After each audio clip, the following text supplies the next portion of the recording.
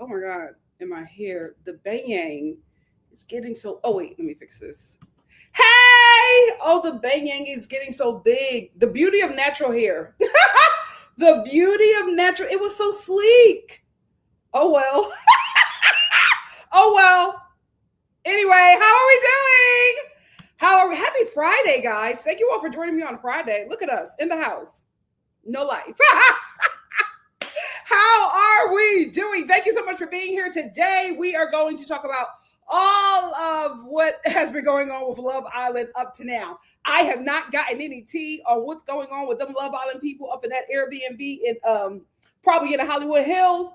But all I do know is that they have not been doing lives together. So that's something. That's something. But we are going to be in this live just recapping interviews and just things that are happening outside now that the cast and crew is outside of the villa. The first thing I want to start off with, because it's not much, and then we'll get into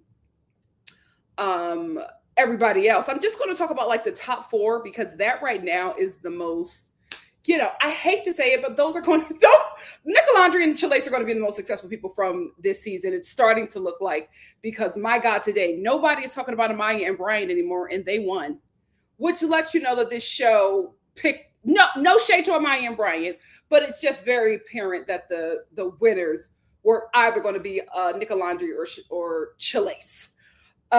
Because if this were the case, what is going on? Even like the interviews that I watched with Amaya, everybody's asking her about Shelly and Ace or Nicolandria.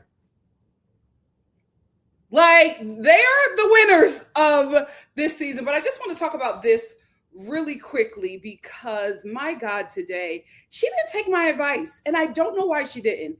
Sierra, she is still posting.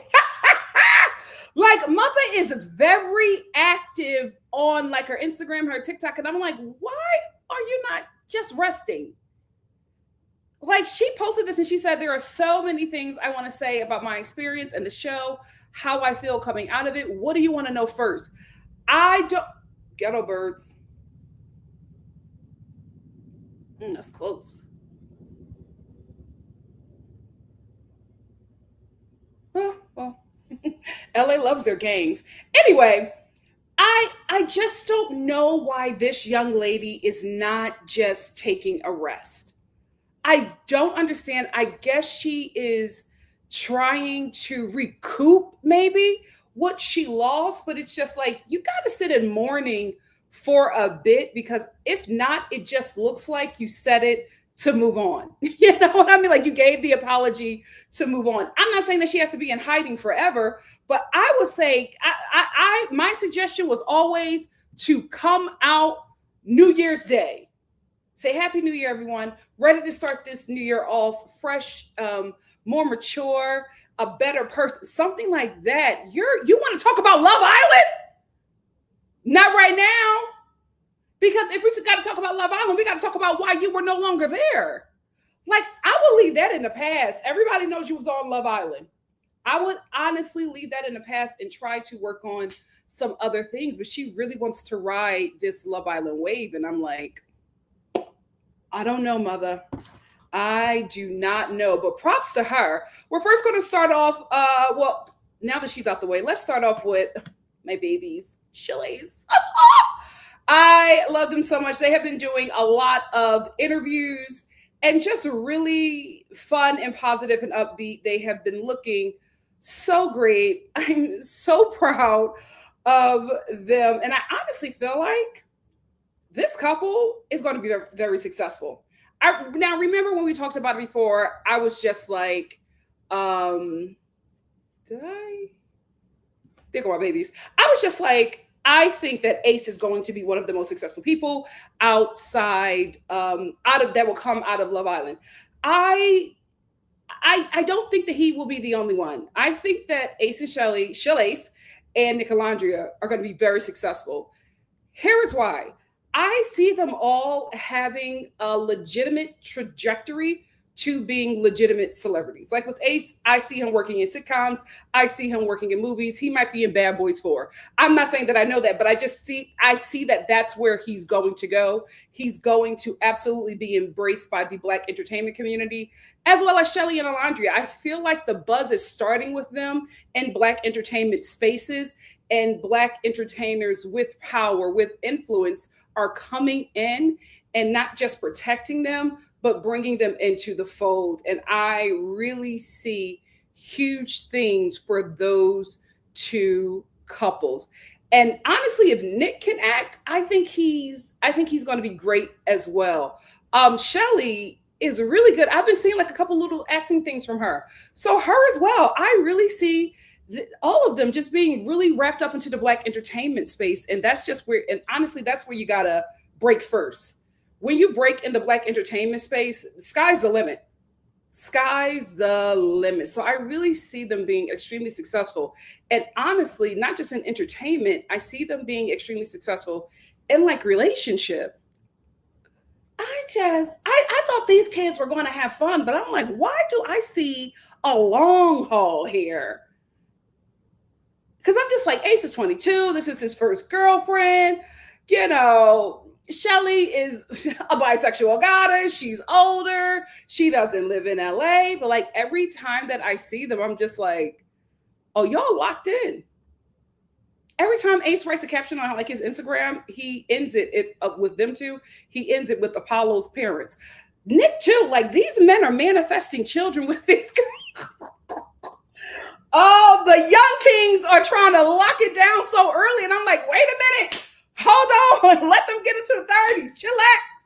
Chillax. But I really do see them being successful in like a career and relationship. And with Ace being the media mogul that he is, I see him absolutely making sure this relationship makes money. Because he clocked that we all liked his little song, Clocky. It's so cute. It's so catchy. And so he did a video with him and Shelly to his song, because he got her hair done, he got her nails done, he got her some clothes, and he he did a video to the song. Also, they're doing some kind of photo shoot, and I think they all have been hanging out at Ace's studio, because he has a ridiculous studio in downtown LA. So they've been hanging out at his studio filming some stuff. So here's the thing with them. They are not waiting to be asked to be put in anything or to do anything. And that's why I think they're also going to be very successful, is because they're proactive and they're working together. Everybody who comes out here knows that you have to work together. Everybody in LA, especially in the entertainment community, everybody works with their friends. That's just how it is. You do not have to be qualified. But if you got a friend that could put you on, you're going to be successful. My first job I got because one of my friends was in the writer's room. So this is just how you work. And if these two couples are going to continue to work together, maximize their opportunities, like I said before, I think they're all going to be very successful. But they are working at Ace's studio, and they were doing some kind of photo shoot or something. And Nick was taking the video, and Ace, in the video, he looked and said, "Look at our babies." He was so proud. They were so proud. He was jumping up and down because, Shelly and Alondria looked so beautiful. And I am just like, Gen Z, are you about to be in your Loverboy season?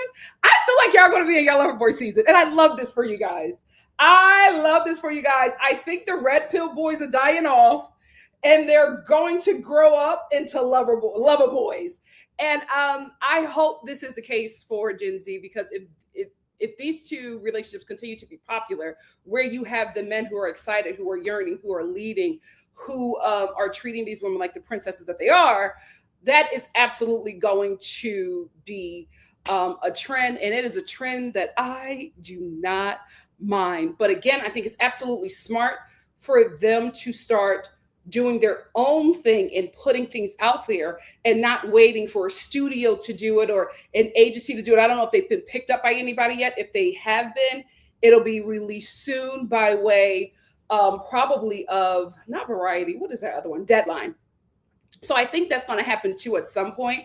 But these guys are really working and marketing themselves in the right way. So I think it's very smart, especially for Shelly and Ace and Alondria, to just keep quiet, keep it on mute, and then debut. And I think when they debut, they're going to debut with a gang of Black celebrities behind them. And I think that is the smartest way to do it, because they are not just going to be reality TV stars, right? They're going to be legitimate celebrities because they have been welcomed into this, like, sorority, or this frat of established people in the industry, and that is going to guarantee them more work and more visibility that this show could not give them. So I think it's very, very smart what they are doing and how they are making moves. They seem to be, I don't know who got to him, but I know it was somebody within Ace's community, because not only does he live in LA, I feel like he has entertainment relationships. And I think the Marlon Wayans commercial that Shelly and Alondria did for Marlon Wayans for his tour, I think that came from Ace's relationship. I don't think that Marlon Wayans just reached out to Shelly and was just like, can you do, I think that was Ace. And I think that he has connections within the entertainment industry, like everybody who has grew up in LA has. Like, it's not uncommon. Everybody knows somebody who is either in the gang or the entertainment industry. That is just the LA way. But I think that was from an Ace connection. And I think that when they all finally debut, it's going to be with something very big. I think they're all moving very smart. Like Ace and Shelly just released statements, I think it was yesterday, on both of their Instagrams, and they both said that there's going to be more to come. And I believe them. I don't think that they're just saying that. I think more great things are coming. But let's get into Ace's statement. Oh, thank you, StreamYard. Love Island, Ace. There we go.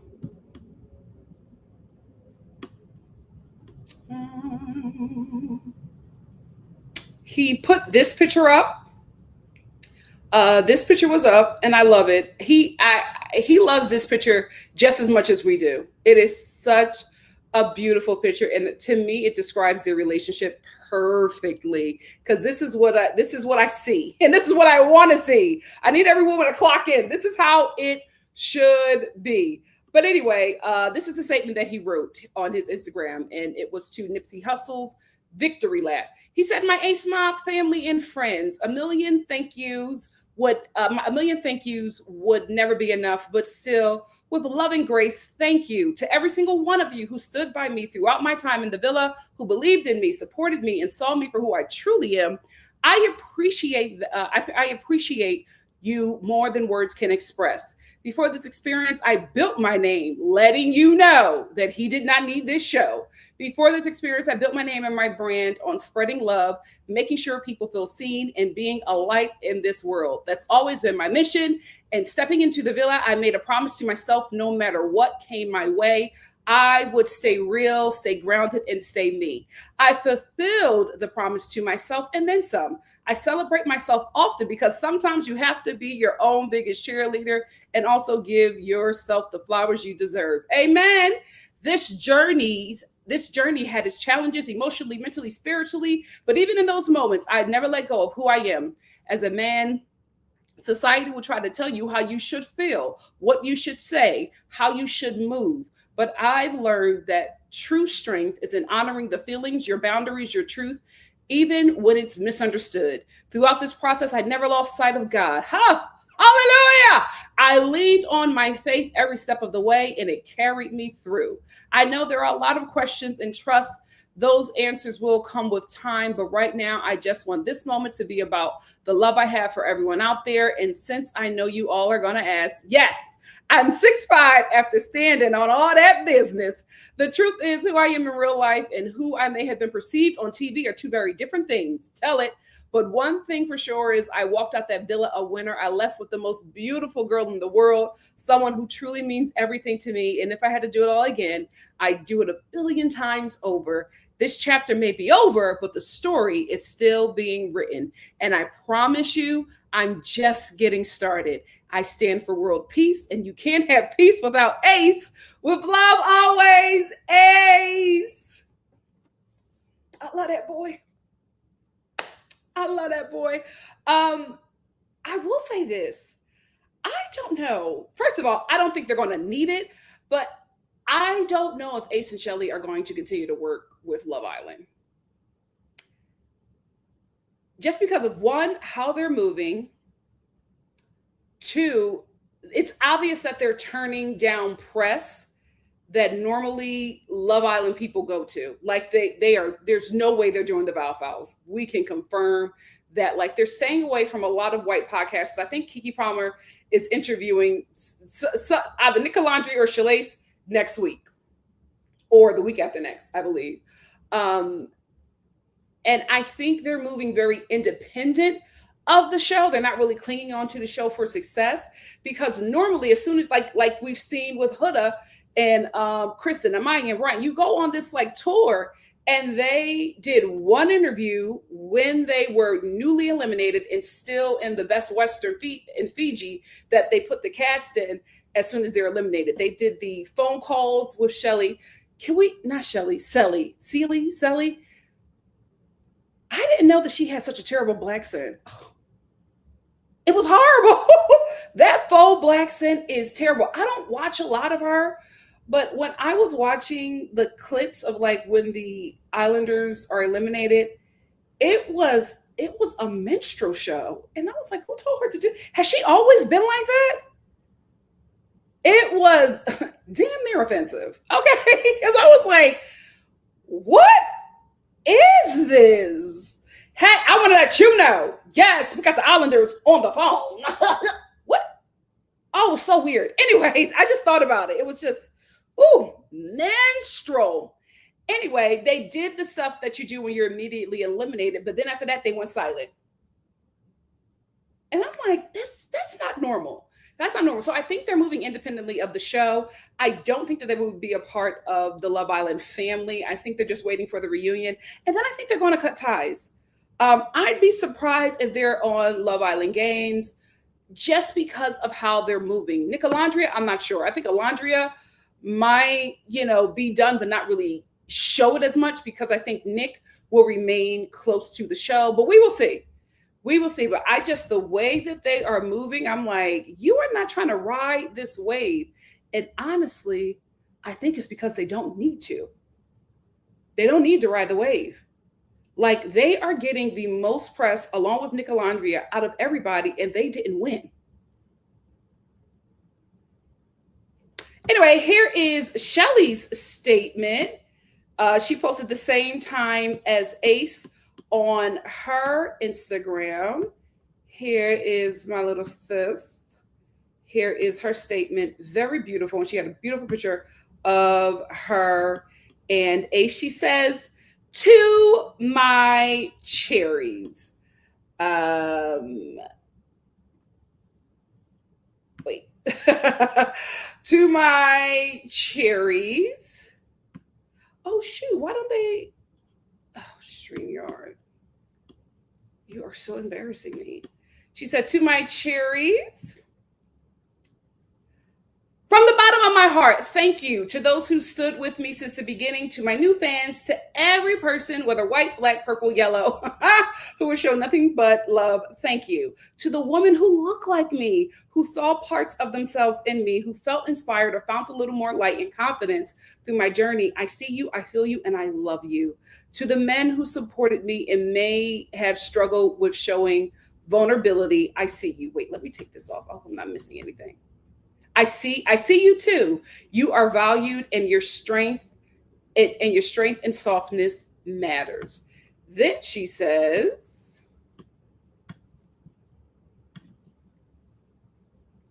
"To the people who use their platform not just to recap a show, but to speak truthfully." Oh, She's talking to me.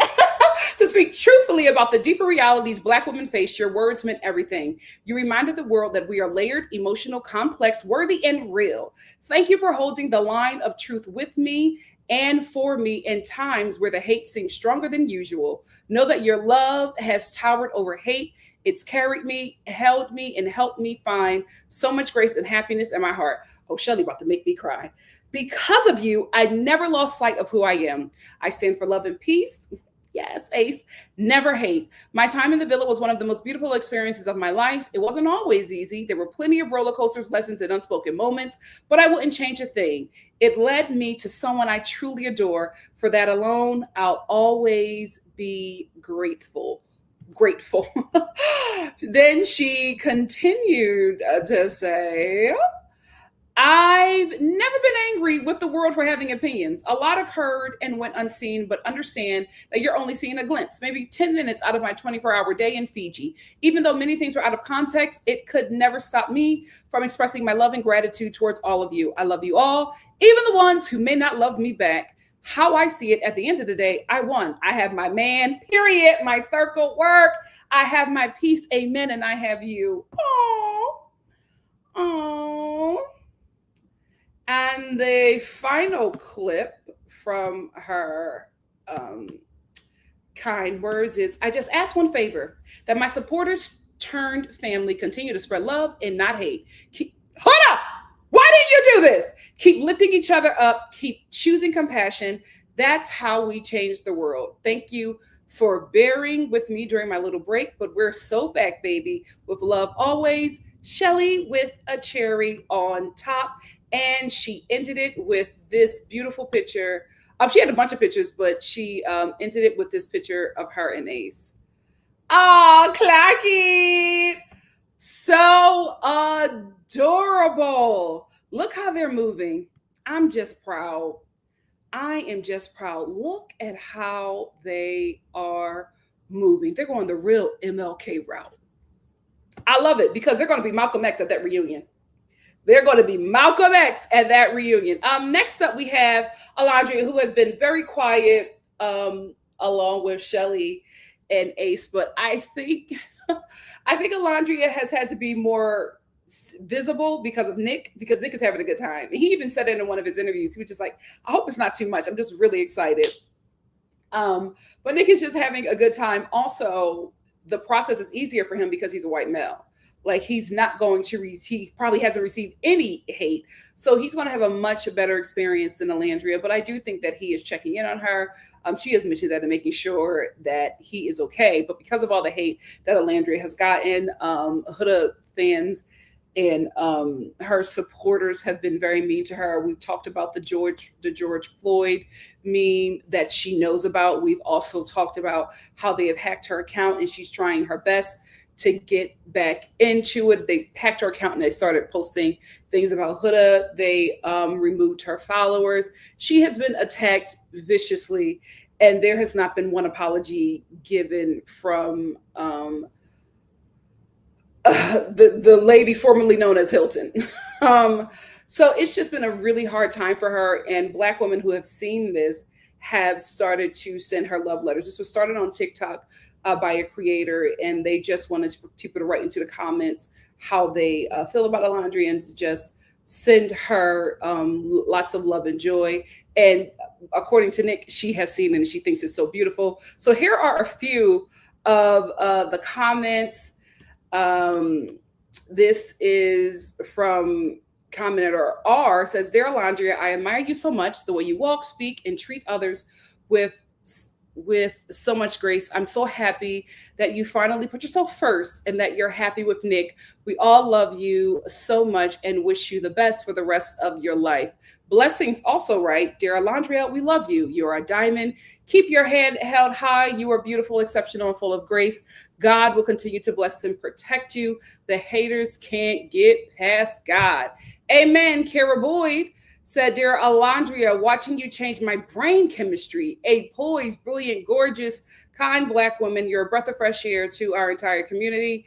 We're not just in awe, we're proud, deeply, endlessly. Thank you for being you. And then we have others here because this first started on TikTok, then it moved to Twitter, and people started writing things there as well. And here are a couple of those things. This one says, "Dear Alondria, I know sometimes the noise gets heavy. The comments, the rumors, the hate, it all tries to drown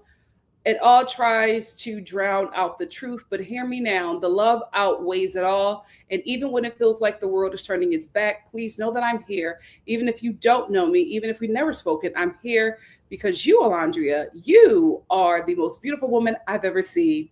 Not just on the outside, but in how you carry pain with grace, how you love, how you fight, how you keep going. You deserve to be loved deeply, loudly, and unapologetically. And not just by the world, but by yourself too. I see you. Even in moments when you don't see yourself as the queen you are, we do. You are royalty.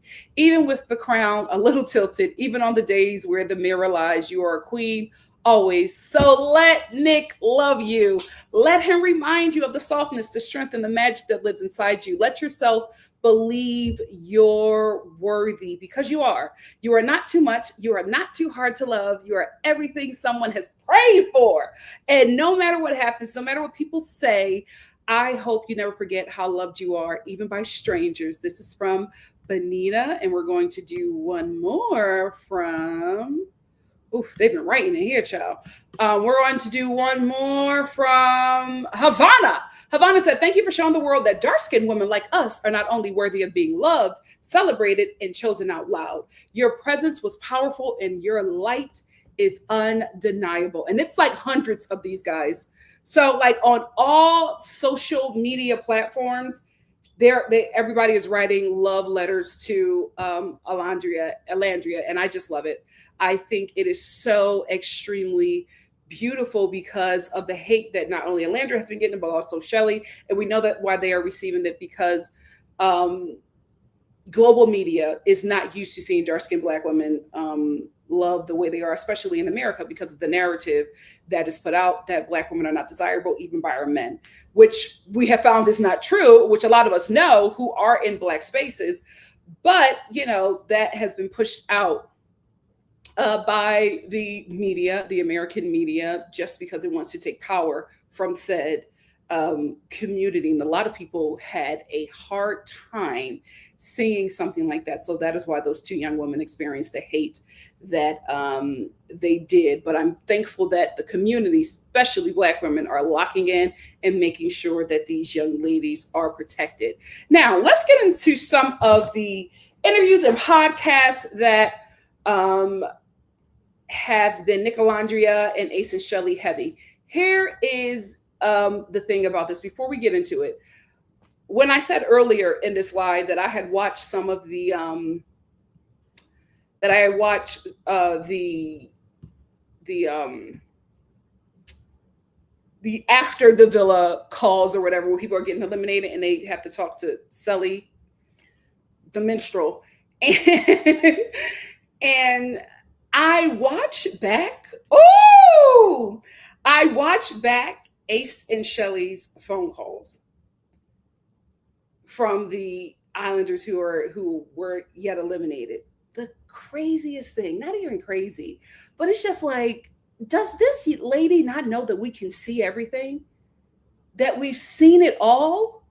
I could not believe. Like, I remembered Huda's words to Shelly a little bit, but when I heard it back again, I was just like, this is absolutely evil. The way, like, her first words were, "Girl, you've always had my back in here. And I thank you so much for that. I'm going to miss you. I love you." She told Shelly that she loves her twice. And then to get out of the villa and go on this press tour and say that you were bullied in that villa, and we know exactly who you were talking about.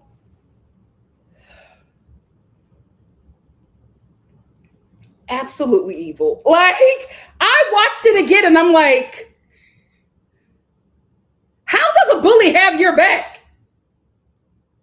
How do you continue to say that I love you to someone who you said bullied you? Twice! She never had to say any of that.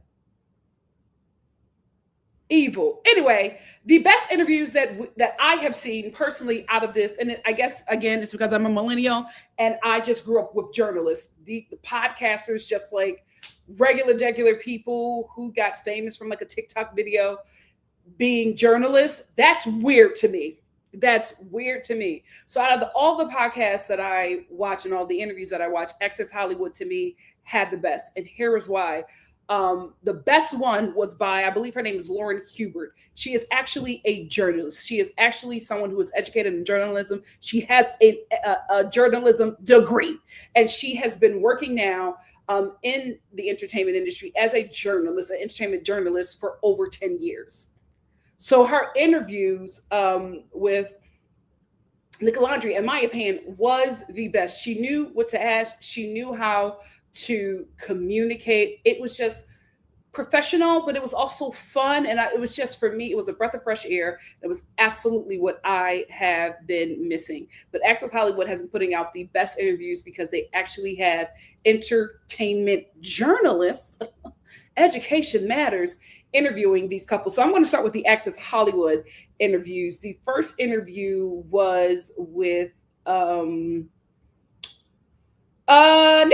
No, I'll do with Shelly and Ace. Shelly and Ace, they were very cute. They were fun. They looked like they had been together for such a long time. They talked about the red string theory and how people were telling them that. And they were just like, well, maybe that's what it is. You know, maybe I was supposed to see her at that nightclub in Miami or New York. And now here we are, we're back again. But they were very cute, very lovey-dovey, very professional, very media trained. Like, these two are very prepared. Oh, where are they? Where's my baby? Holdings fees. They are very prepared. They are very prepared. It was also very apparent in that interview that Ace is not playing about Shelly. Like, he's very intentional with her. When she was speaking, he would listen to her speak. He would give her the floor when there were difficult comments or questions. He made sure to step in and protect her. It was really, I will say, as somebody who's just watching this is just like, oh, it's a reality TV show. You know, I always say that's the only reason why I review reality TV, because it's not real. But I'm just like, this is the real deal. Like, this couple got me convinced. Normally, these couples don't have me convinced, but this couple got me convinced. They're very, very well media trained. And the thing about it is, I have been snot crying and just feeling so sad and sick and bad for them. And these two are having the best time ever. They are living their life. They're all smiles. They have some exciting things planned in the future. They kept on teasing about some stuff. Lord knows what it is, but I know it's going to be huge. And the consensus from all the interviews that I watched, and especially this interview with Ace and Shelly, Ace was not the ringleader. He looked like the president general. That's what he looked like in the villa. But Ace was just opinionated, and everybody agreed with him. Even Nick said that. Nick and Taylor was just like, Ace was not leading everybody. He just made good points. He just made really good points. We were all like, yeah, that makes sense. But it wasn't like the way he was edited, it was not true. He even admitted that. He was just like, that's not what happened. Everybody who came out the villa admitted that the way Ace and Shelly looked was not what they experienced. So it was very obvious that they were edited to look a certain way so that they won't win. I don't know if they're going to sue. If they do, I think they got a great case. If they could just take clips from all of these interviews and everybody being gagged that they were eliminated. Everybody that came out of that villa was just like, I cannot believe that they didn't win. And the only reason why they didn't win was because of what was edited and sent to us, the viewer. I'm just saying. So, Access Hollywood interview with Nicolandria. Woo! The reason why everyone are eating this couple up is because, just like Shelly and Ace, they look so comfortable.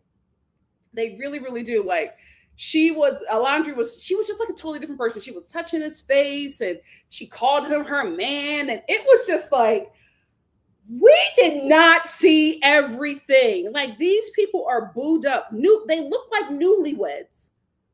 And I'm like, why did we get so many crumbs if you guys are locked in like this? Um, but Alondria clears up what she meant about a cowboy, because everyone was just like, you want a cowboy? Nick is not the cowboy. And she was just like, when I said cowboy, I just meant I wanted a Southern gentleman. I wanted someone who was very respectful. I wanted a guy who would sleep on the right side of the bed because that's what I grew up with. You know, I wanted a guy who would not let me walk on the outside of the street. Just very much a gentleman and very much intentional. And she said, that's what Nick is to me. She said, I don't have to do nothing. My God, today. She said he does everything for me. She's like, even down to opening up a water bottle. Like, he is very intentional. She says he's very intentional about me. He looks out for me. He protects me. If I'm on the phone too much and I'm digesting too much of, you know, all of the talk from the internet, he lets me know it's time to take a break, to step away. He's very careful with her, and she says he treats me like a queen. Like, I don't have to do anything. He is the man, and he just, you know, does it all for me. And then Nick jumps in, and he's just like, well, you know, I rode a few horses before, and I have a cowboy hat. Like, just to let you know, I'm the cowboy she's been looking for. But what I loved was that here we have a Black woman, not just a Black woman, a dark-skinned Black woman, who says that she has a man that makes her, or that allows her to be soft. And her exact words were, he allows me to be soft, and I've never had that before.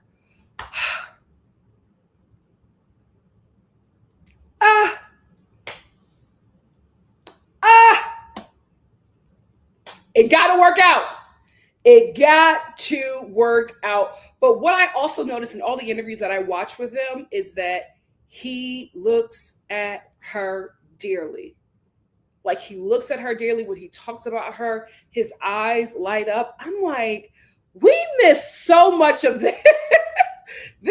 Both of these couples are locked in, and we miss all of it for nothing, for the Huda show. This is Nicolandria and Shalace. That is the Love Island I know. I wanted to get all of that. I'm getting all of this now through freaking Access Hollywood interviews, when I should have got it from that show that I watched for 37 freaking episodes. Cheated, if you will. Cheated. And then at the end of the interview, she's just like, you know, I love him. That's my man. I was just like, I think we're missing some stuff. I will say this, for after watching all of their interviews, I think these two are a lot deeper in than they're letting us know, and I love that. They don't want to let us into the relationship. Like, I feel like they're making us believe that they're taking baby steps. I don't think they're taking baby steps. I don't think they're taking baby steps at all. Because if you look at Nick's Snapchat, they look like a married couple. They are locked in. But again, I like the fact that they're letting us know that they're taking baby steps, just to keep the audience out of their relationship so it can develop naturally.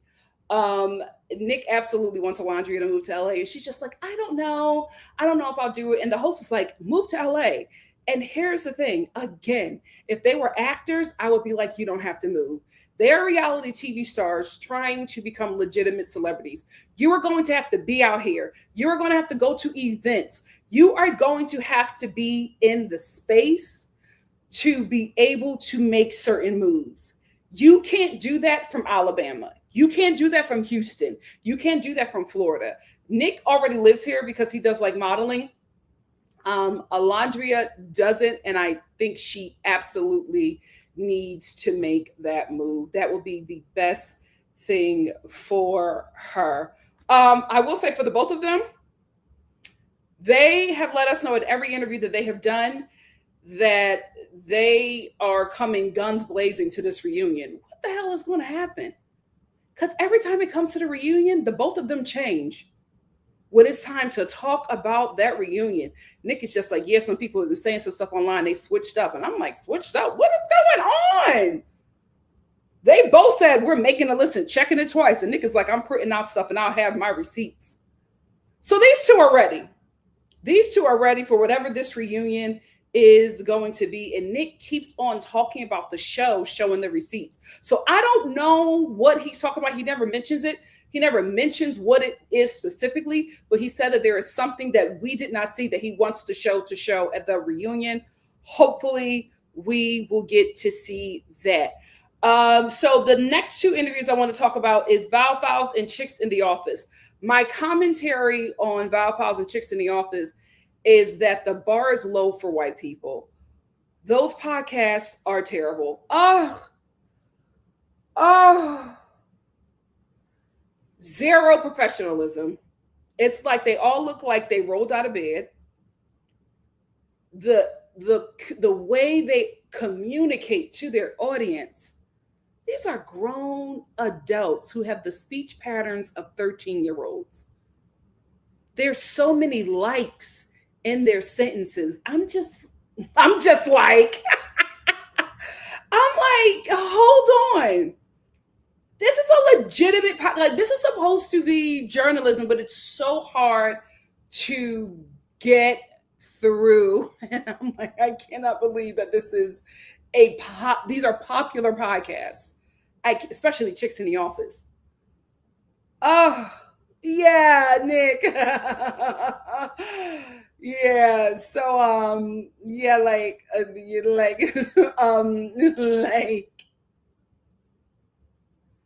the bar is so low. The bar is so low. There's no way y'all watch Them and Me. We are on a different level. Absolutely not. There's no way y'all watch Val Files, then come over here. It can't be. I can't be in competition with that. Anyway, although they were hard to get through, I did it for you because there have been comments about the Val Files interviews and the Chicks in the Office interviews in my comment section. I'm just like, let me just watch it and see. It was very hard to get through, lost a few brain cells, but let's talk about it. So the Val Files interviewed Taylor and Clark. I will say this. I like Taylor outside the villa. I really like him and Clark together.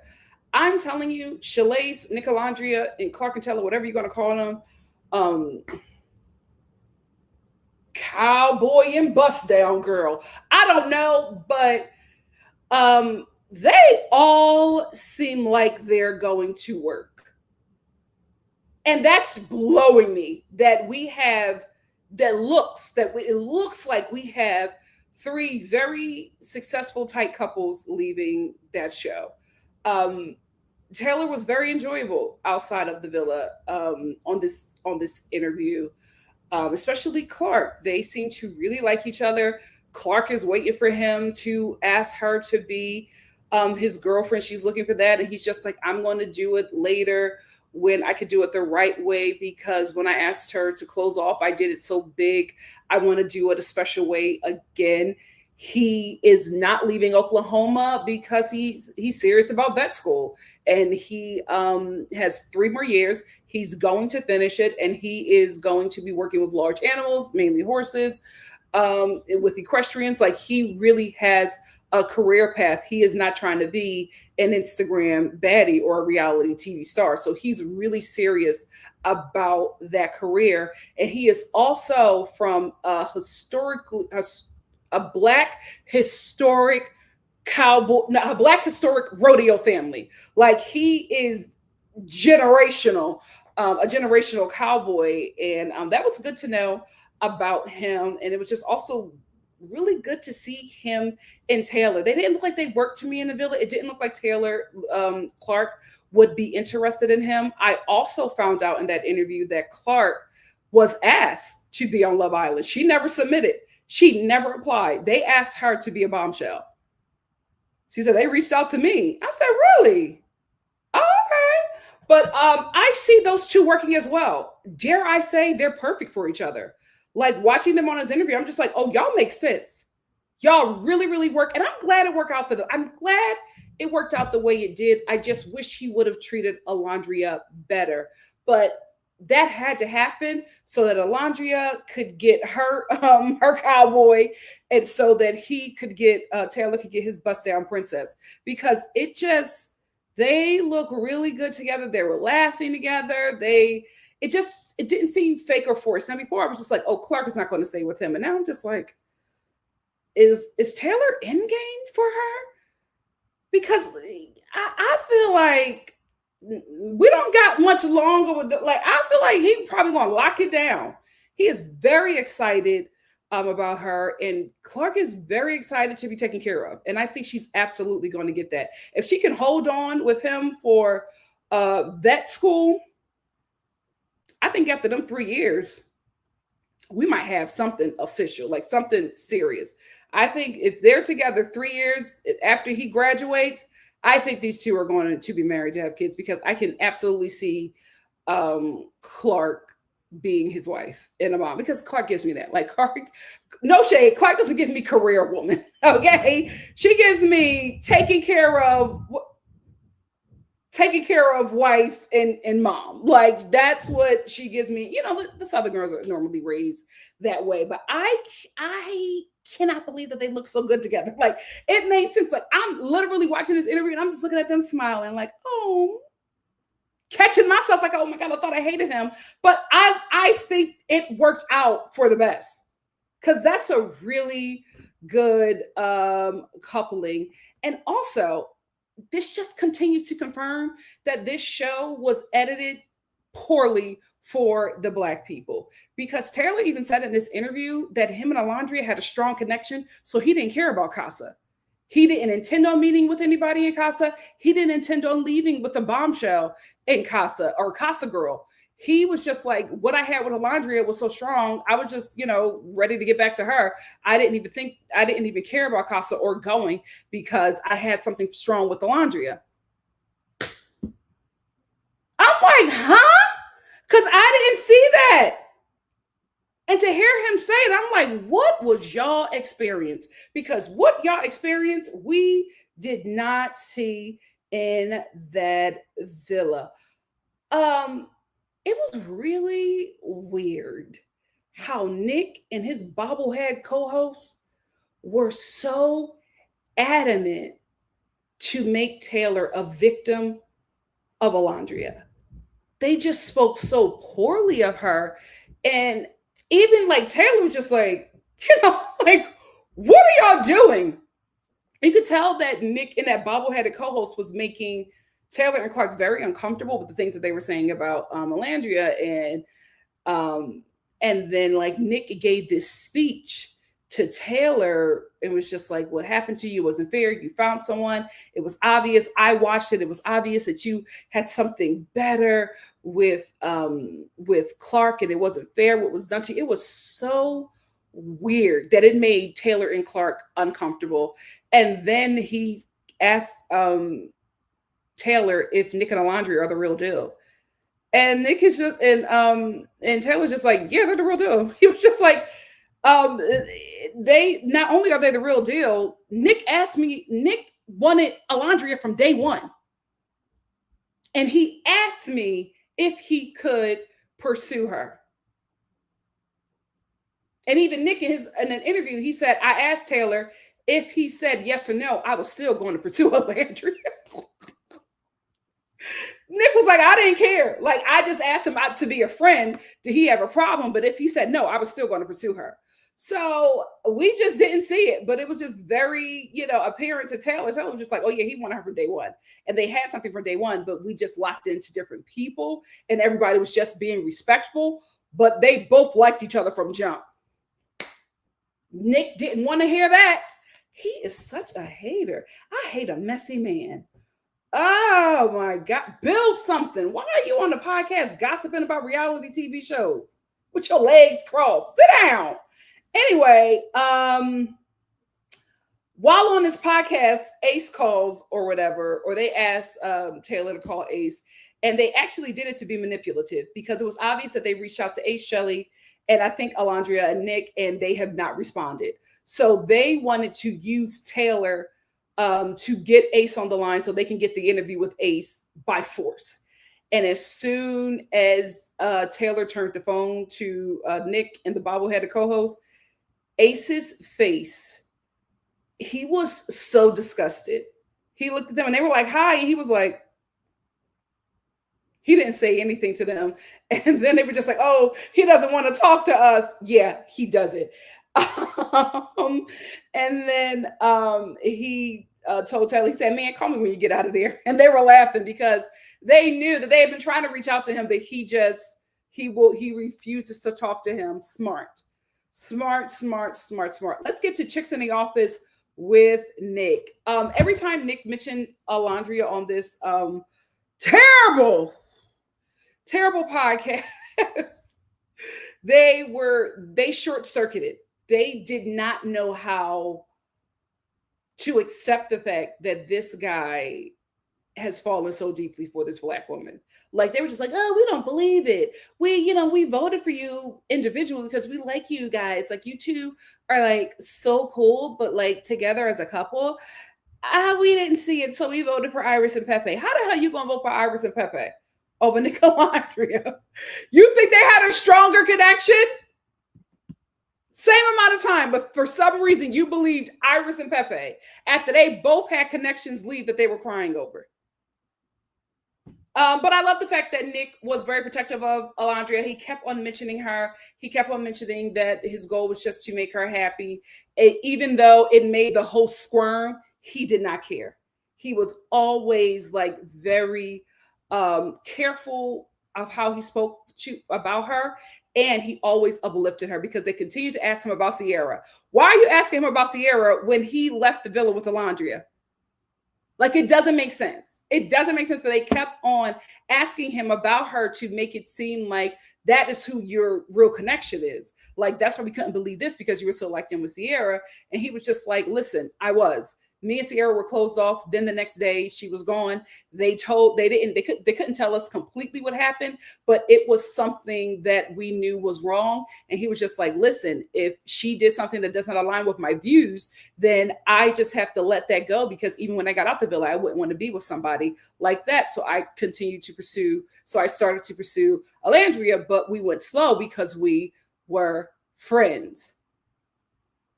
Duh, we all saw that happened, but they just did not want to believe it. He kept on affirming Alondria, kept on affirming their relationship. And what I said before, when I was reviewing the show, he confirmed. He said that it was his parents who really sealed the deal for him, that this was where he needed to be with Alandria. He said for the both of us, it was our parents' approval that allowed us to feel comfortable to really pursue this relationship. And I thought that as well, because we saw when the parents left, they turned it up. They turned it up. The way he speaks about her, like I said before, I can see this really going the distance. Like, he talks, like, Alondria is very intentional when she speaks, right? And she speaks very right now. When he talks about his relationship with Alandria, it is very future. Like, he talks about Marcel, like Marcel was a real child. And he said that was one of his favorite times in the villa with Alandria, with Marcel, because it felt so comfortable and it felt so real. Alandria, take your pills. He's manifesting a baby girl. And he been saying he wanted the child. But he was just like, that just was the best for me because it felt so real. And he's really, really, really serious about Marcel. And can I just say this? There is an account. Where is that picture? Do I have it? I don't have. Oh, here it is. There is an account on TikTok, and it's Marcel. Somebody made Marcel an account, and I think it's Nick. I think that's Nick's burner account, because Marcel posted this. It was a repost of TJ. TJ, Charlie, and Austin hung out, and Marcel reposted this and wrote, "Not the racist uncle meetup." This is Nick. I think that this is his burner account. I don't know. That page is hilarious. That baby say everything that, and like that Marcel account interacts with Ace. I'm like, Nick, this is you. This is you. But he really speaks about like future things with her, not just her moving there, but he wants to travel with her. And the family meetups, that's really important for the both of them, where he's just like, we are very clear about our families meeting. And I think as long as they continue to keep the families together, like involved in this relationship, it will stand strong. And the reason why I say that is because Alandria is apprehensive, right? This is typical of Black women who date outside. The Black women who date outside are very apprehensive because we are not encouraged to date outside. And also, being Black and being a dark-skinned Black woman, you are able to see everybody for who they are, because nobody wears a mask with us, because nobody protects us. So there's no reason to put on a facade when you're in the presence of a dark-skinned Black woman, because you know that she is the most hated, the most disrespected, and the most mistreated. So it's just like, there's no privilege that you have that I need to put on for. So she's probably seen and experienced a lot of things from people who are from Nick's community, right? From white people. And it probably is very scary for her as a Black woman from Alabama, the deep South, to be in a relationship with a white person and be be involved in his community. It's probably very scary for her. So she's apprehensive. And I feel like as long as her mother continues to encourage her, and as long as Nick and his family makes her feel safe, this relationship could go the distance. But they have to understand that this is very scary for her. But I think they will, because Nick spoke about how both of their mothers, his mother and Alandria's mother, they are working together with the both of them. Like, they are checking in on them. They communicate without the kids. So they're already building a relationship. They already feel like they're mother-in-laws. So they are working on building a relationship and fostering a friendship, as well as guiding and checking in on Nick and Alandria. So I can see the relationship being very healthy because the parents are involved, especially the mothers. And when the mother gets involved, it's going to happen. When the matriarchs link up, my God, today, no man can tear it asunder. My God, today. Which is really weird to me. And it's only weird to me because I guess we just didn't see this. But Nick, Brian, and Chris are moving in together in LA. They're like currently looking for a place to live together. They're roommates. Nick, Brian, and Chris? When did they become so close? That blew me. I'm like, y'all gonna be roommates? And it also concerned me because I'm just like, is Amaya going to go back to New York? Because if Amaya is in New York and Brian is in LA, this is not going to work. Oh Lord, what's going on with them kids? Last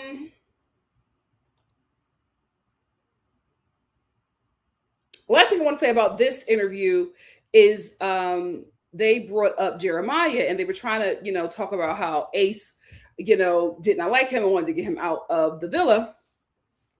However, Nick was like, oh, that's not true at all. That wasn't the case. He said, if anything, everybody thinks that me, Ace, and Taylor were besties. He said that relationship formed later. He said, but in the beginning, the best friends of the villa were Jeremiah, Ace, and Taylor. He said, when I would hang around them, I would feel like the odd man out because they were all really, really close. He said they were the best friends first. And then I got involved in the friendship when Jeremiah left. But he was just like, it was Jeremiah, Ace, and Taylor. We never saw them hanging out. Nick was like, they were always hanging out. They were the besties. Jeremiah, Ace, and Taylor? We did not see what was actually happening in that villa, guys. I was like, Jeremiah? We never saw Ace and Jeremiah hanging out.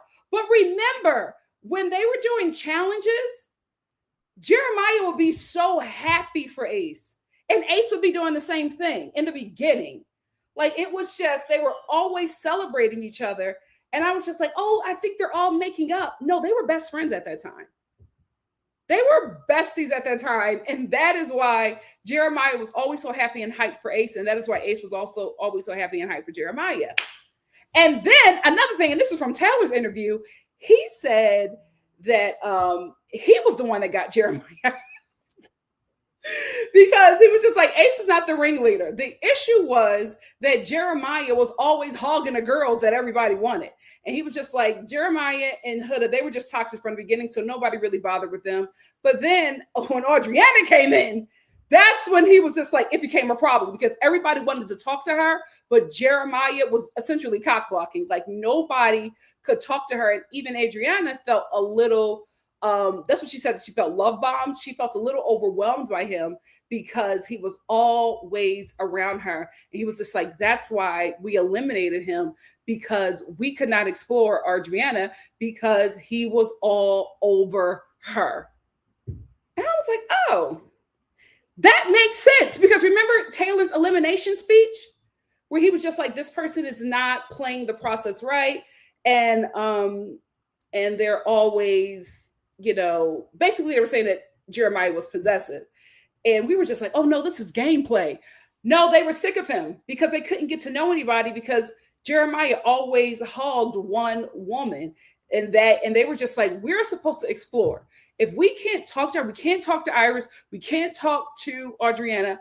We want to talk to these other people. Although we're in something, we're all encouraged to explore, and we cannot explore because of Jeremiah. So that's why they got him out of there. But I was really shocked that it was Taylor, Ace, and Jeremiah in the beginning. That was crazy. That was crazy. Now let's get to the Hollywood Reporter article about with NICOLANDRIA. Are you gang? Do you bang? Okay, let me. Oh, child, I'm not supposed to be singing that. Forgive me, Lord. Let's read it. This is from Variety. It says, Love Island USA stars Nick and Alondria can't wait for the messy reunion. It's going to be cinematic.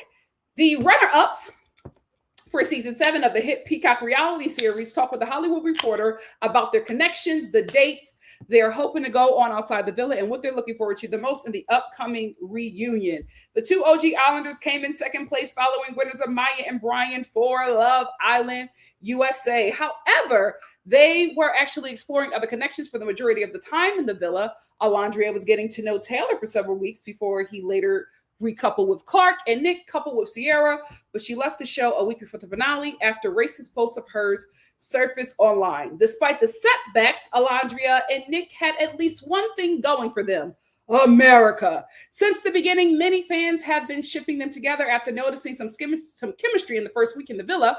We just got pulled into different directions because of our own connections. So it warms my heart that America truly wanted us together since day one. And just seeing all the edits and the stories and the tweets and the posts, I'm like, oh my gosh, they truly support this, Alondria tells the Hollywood Reporter, as they continue to grow their romantic connection outside the villa, revealing that they already have several dates they're hoping to go on soon. They're also looking forward to the upcoming reunion, August 25th. While Nick says he's ready to call people out if they need to be called out, he's also excited to grab my popcorn and watch other people call people out. He predicts it's going to be a cinematic film. Below, the season 7 runner-ups open up about forming a romantic connection. Nick, this is from the interviewer. It says, I know it's only been a few days since you left the villa, but have you been able to wrap your heads around all the love and support? Nick says, I literally think it's been a couple of days, like 2 in combined sleep. I think we've had 5 hours maybe the last 2 nights. So it's stressful, but it's the funnest, most unique things of our lives. Alondria says it's definitely been quite the adjustment, just trying to adjust to our new lives and knowing that it would never go back to how it was prior to entering the villa. But honestly, I've been soaking it all in, just enjoying the moment, even if it makes me feel overwhelmed at times. I'm like, you know what? I'm so blessed to be here. I feel so many people can resonate with me as an individual and as a unit, so I'm happy. The interviewer says, what were you thinking when you learned America was rooting for you all as a couple since basically day one in the villa, even though you weren't together? Alondria says, it's crazy because now that we're outside of the villa, I could see why they saw a spark in the beginning. In the moment, I don't know if it was I don't know if we were just oblivious. Nick says there was a lot going on for the first 2 weeks. Alondria says it was. We just got pulled into different directions because of our connections. So it warms my heart that America truly wanted us together since day one. And just seeing all the edits and the stories and the tweets and the posts, I'm like, oh my gosh, they truly support this. I'm so happy we ended up together, and I'm happy that we're able to give the Nicolandrians a full week of just Nick and I, because I feel like y'all were just breadcrumbing it, just taking bits and pieces from challenges, and it just wasn't giving what the last week gave. Nick says, and to the haters, it's nice to give our story now, and they can kind of see what maybe hasn't been shown. The interviewer says, Nick, why did you wait so long to tell Alondria that you kissed her in the blindfold challenge? And Alondria, did you not wonder who your secret admirer was? Nick says, I really did apologize to her in my letter at the end. I'm like, I'm so sorry I didn't tell you sooner. But in a way, it was beautiful that we came full circle. And if things had been different, we'd never know where we could be. And I'm so happy where we're at now. So looking back on it, I'm happy how the process went. Alondria says, it makes the edits 10 times better. I like leading up to it. I didn't even realize he looked at me so much when I was going on my own, doing my own thing. I'm like, oh, that's so cute. You stared at me a lot. Nick then says, the fix your shirt edit, that's my favorite. The interviewer says, after both of you shared your first kiss outside the challenge and soul ties, the next day you both agreed that there wasn't a romantic spark.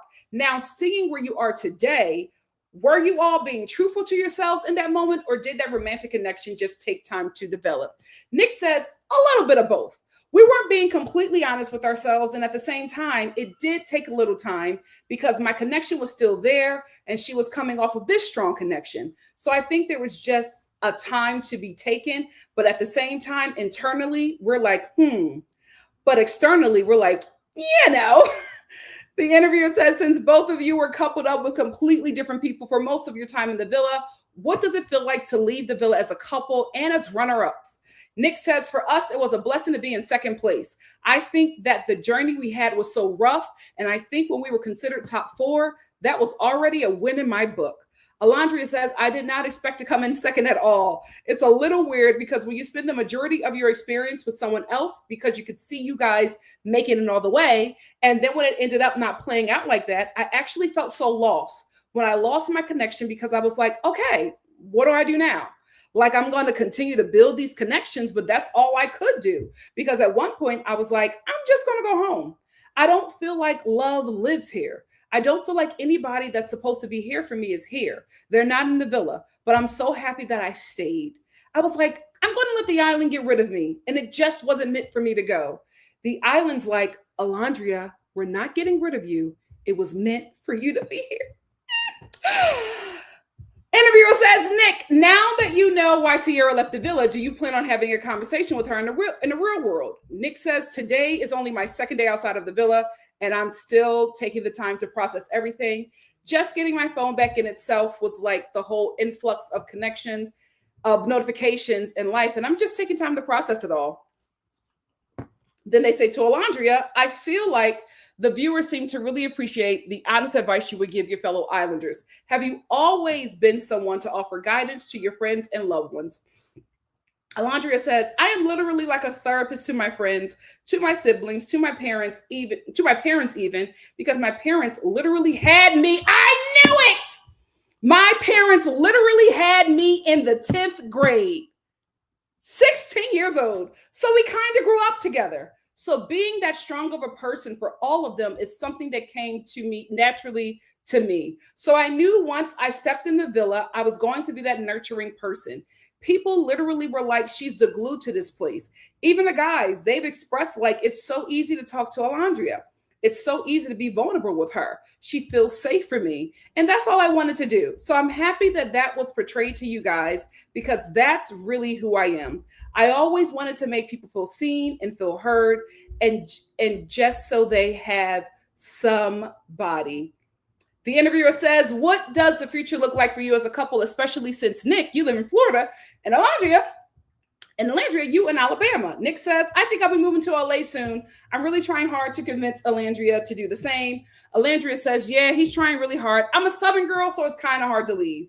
Nick says, I'm an East Coast boy, but it'd be cool to come out here and explore the West Coast. Oh, Florida is the East Coast. Ugh. The interviewer says, is there anything you're dying to do as a couple that you have, and have you had any plans, any real world dates yet? Nick says, I think last night was a big one. We went to Disney together. That was really fun. But also, I want to go to Universal together. I want to go skydiving. I want to go to a restaurant and just eat food. We haven't done that, laughs. Luckily, we have a lot of time, but life's moving so fast right now. We're trying to keep up. Interviewer says, would either of you change anything about your experience in the villa? Nick says, I'm just honestly appreciative of where we've ended up. And even though I made some mistakes, and even though bad things happen, we build from that. I think I've grown a lot of resilience and growth from this journey, and I'm just appreciative to be where I'm at now. Alondria says, although my journey was rough and it had me second guessing if I should even stay on the show, I look back and I'm just so appreciative of those hard moments. I truly felt like I grew up a lot when I was in those uncomfortable positions. I don't like to ever feel stagnant, so wherever I can grow, I truly love that. And I truly felt like I walked out the villa a different person, and I walked out with my person. And Nick goes, this guy, while pointing to himself. The interview says, Nick, I'm sure you've seen thousands of memes and AI created videos of you by now. Do you find them funny, or do any of them sting a bit? Nick says, low key, I'm eating it up. I feel like my personality, I love to make fun of myself, and I think it's funny as hell, especially the AI videos. I think me, Ace and Taylor, sorry, Daddy Ace and Taylor, it's funny to me. Just keep on going. I love it. I'm eating it up. The interviewer says, be careful what you ask for. Nick says, true. Alondria says, it's so funny because any and everything Nick does makes it to Twitter. And I'm a Twitter girly, so I'm always on it. And I'm like, Nick, what did you do? Nick says, sometimes I'll take a selfie of us and she'll be like, did you post that selfie? And then I'll be like, maybe. And then she flips her phone and it's Twitter and it is the selfie. Alondria says, they tell everything. I love it. Nick says, they tell on me. The interviewer says, what are you all looking forward to the most about the upcoming reunion? And are you planning on calling anyone out? Nick says, I'm excited to call people out if there needs to be people called out, which there might need to be. But I'm also excited to, wait, I read this. I'm also excited to call other people out. So I'm just going to be chilling, eating my popcorn. I'm actually going to request popcorn. Alondria says, that's so messy. Nick says, it's going to be a cinematic film and it's all going to be in 4K. So beautiful. Alondria says, it might have to be multiple parts, to be honest. I don't think one episode would do this reunion justice because everyone's going to keep holding these things in until the reunion. Nick says, I'm hoping it's another 35 episodes of just a reunion. Alondria says, absolutely not. I'm not going for that. The interviewer says, if you got the opportunity, could you see yourself returning to the Love Island franchise, maybe Beyond the Villa? Nick says, as far as Beyond the Villa, that sounds really fun. Alondria says, I would love to be considered. I know the Nicolandrians truly want that. We need more screen time for Nick and Alondria, so I think they will be very appreciative of it. We definitely would. I feel like that last week was so magical for both of us and one of my favorite days by far. Nick said, outside of the villa, that'd be so fun just to see what we're really like. The interests that we have outside the villa, outside of the challenges. So I think we're both hoping it'd be cool to do. So they are definitely auditioning for Beyond the Villa. And you know what? Good for them. Good for them. I like to see it. Next up is their variety. Oh, you know what? Before we get into the variety, I want to talk about what Afropunk wrote about Alandria. I thought it was, I really liked how they looked out for her. So I want to talk about this Afropunk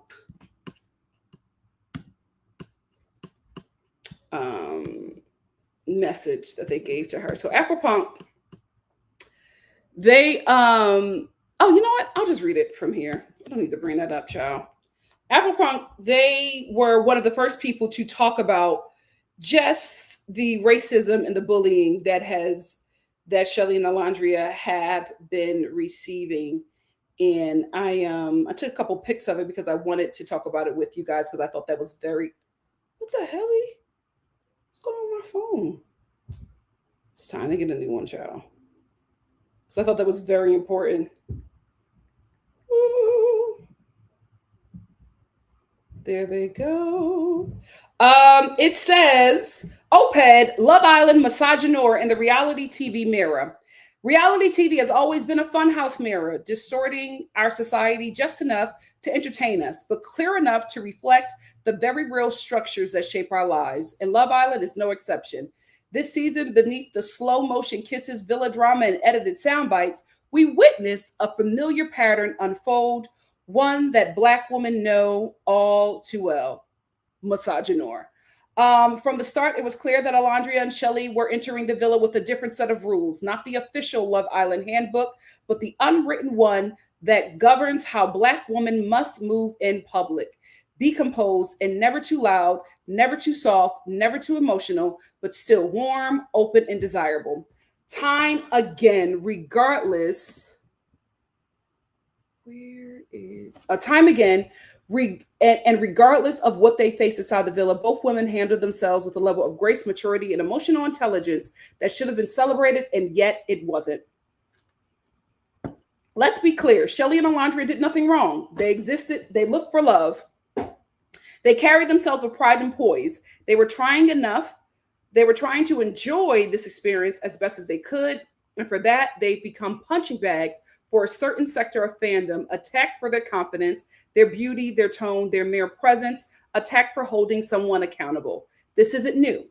Black women are constantly expected to shrink themselves in spaces not built for their fullness. The moment they assert boundaries, speaking honestly, or show vulnerability, they're labeled angry, cold, manipulative, unlovable. What's even more troubling is the silence of the show's producers. Where was the protection?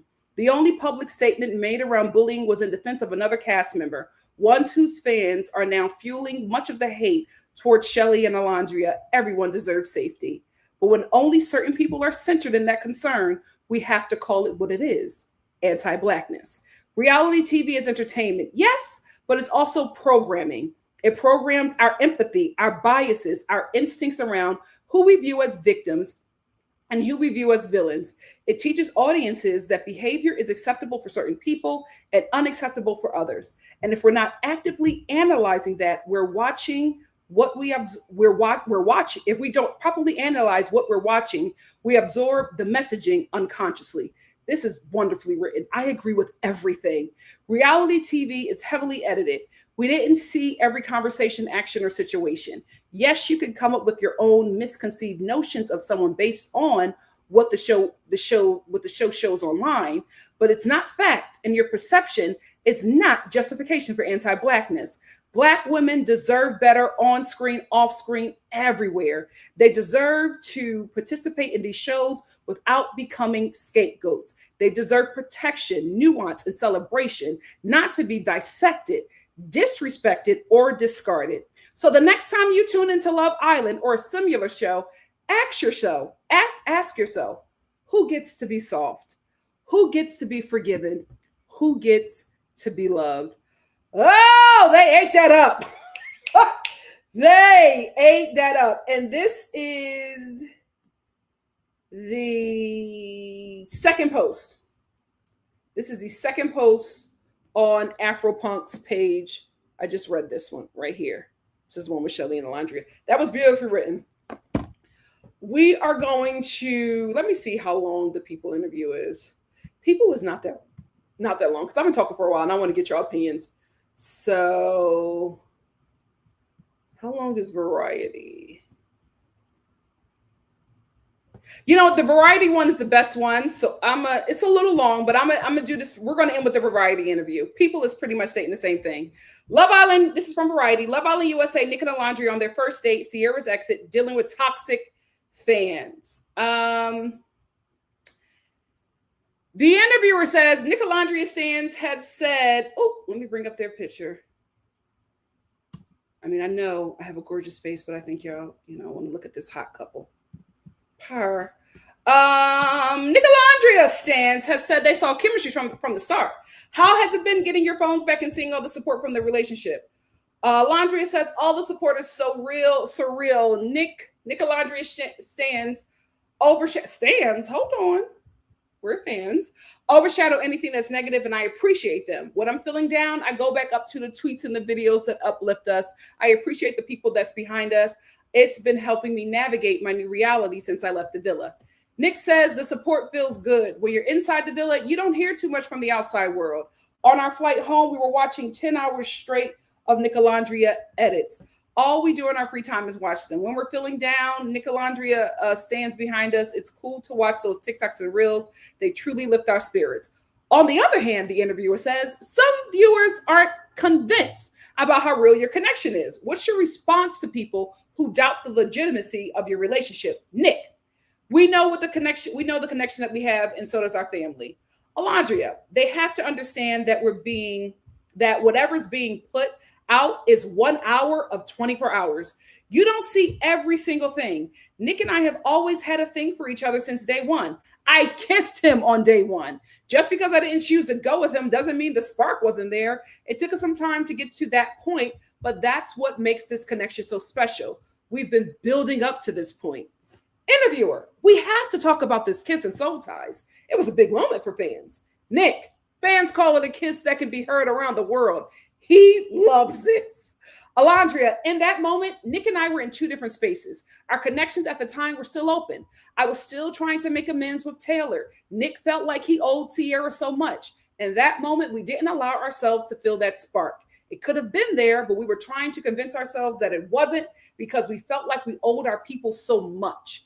In a sense, I felt guilty with Sierra because I know in Casa how much she missed Nick. So I felt like, oh my gosh, what am I doing?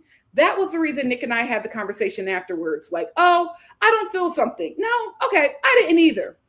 Looking back, the interviewer says, what was the moment that shifted from friendship to something more? Or did the realization come from another moment? Nick, there was a shift in some feelings, but we didn't verbally express it. We shut it down because of those strong connections that we had.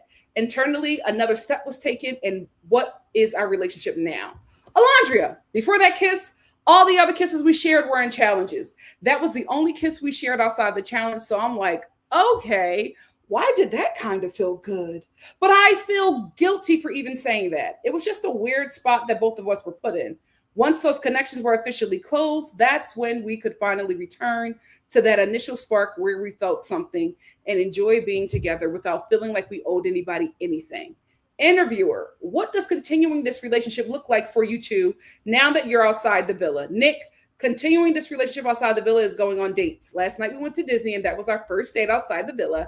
We have more dates lined up, including some travel plans as well.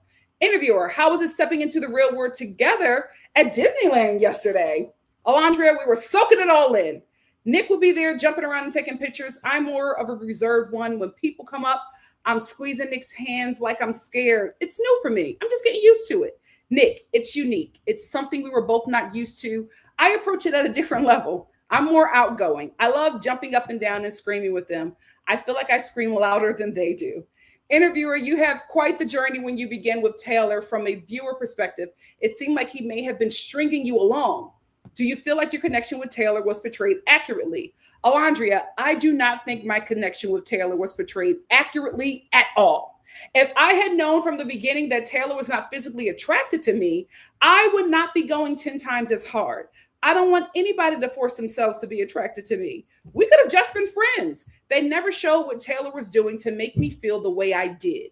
He's a sweet guy. He remembered everyone's coffee, tea, and breakfast orders. He was everyone's dream guy. He was so nice to all of them. Even when Huda was on the chopping block with him, he wiped her tears with his shirt and set aside his feelings and emotions to assure that she felt safe and reassured in that moment.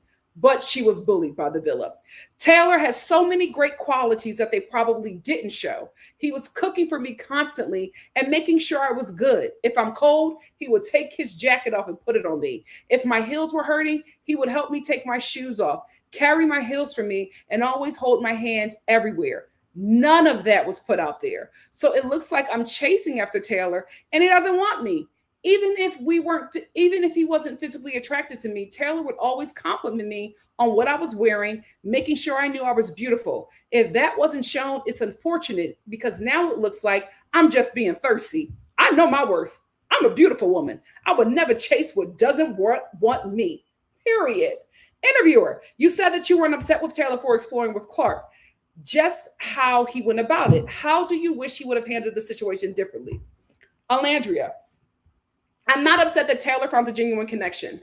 I wish he had been more upfront with me. When Clark was in the villa, Taylor expressed to me that he still wants to explore the both of us. He never said he wasn't feeling our connection anymore or that he didn't find me physically attractive. None of those words ever came out of his mouth. He kept saying to me and Shelly that he wanted to explore both and was torn on who to choose. If he knew that he was set on Clark, he should have just said that up front and told me. I could have put my energy elsewhere rather than splitting my time and energy between him. That's the part that I was upset with Taylor about. The interviewer, as a viewer and a Black woman who has watched past seasons, Love Island has historically been a tough experience for women of color. How have you personally dealt with microaggressions and racism that has come your way post-show? Alandria, it's difficult. I'm not going to lie. I heard it was even a meme of me being George Floyd and Huda being an officer. That was a very touchy topic for the Black community. It's disgusting to say the least.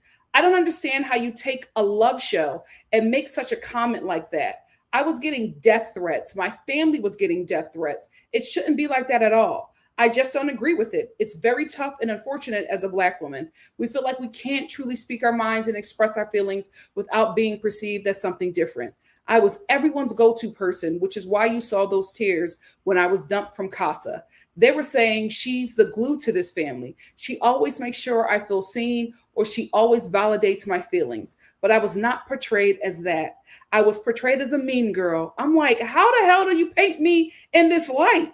I hate it, but I do appreciate many of my friends doing damage control and speaking up for my character.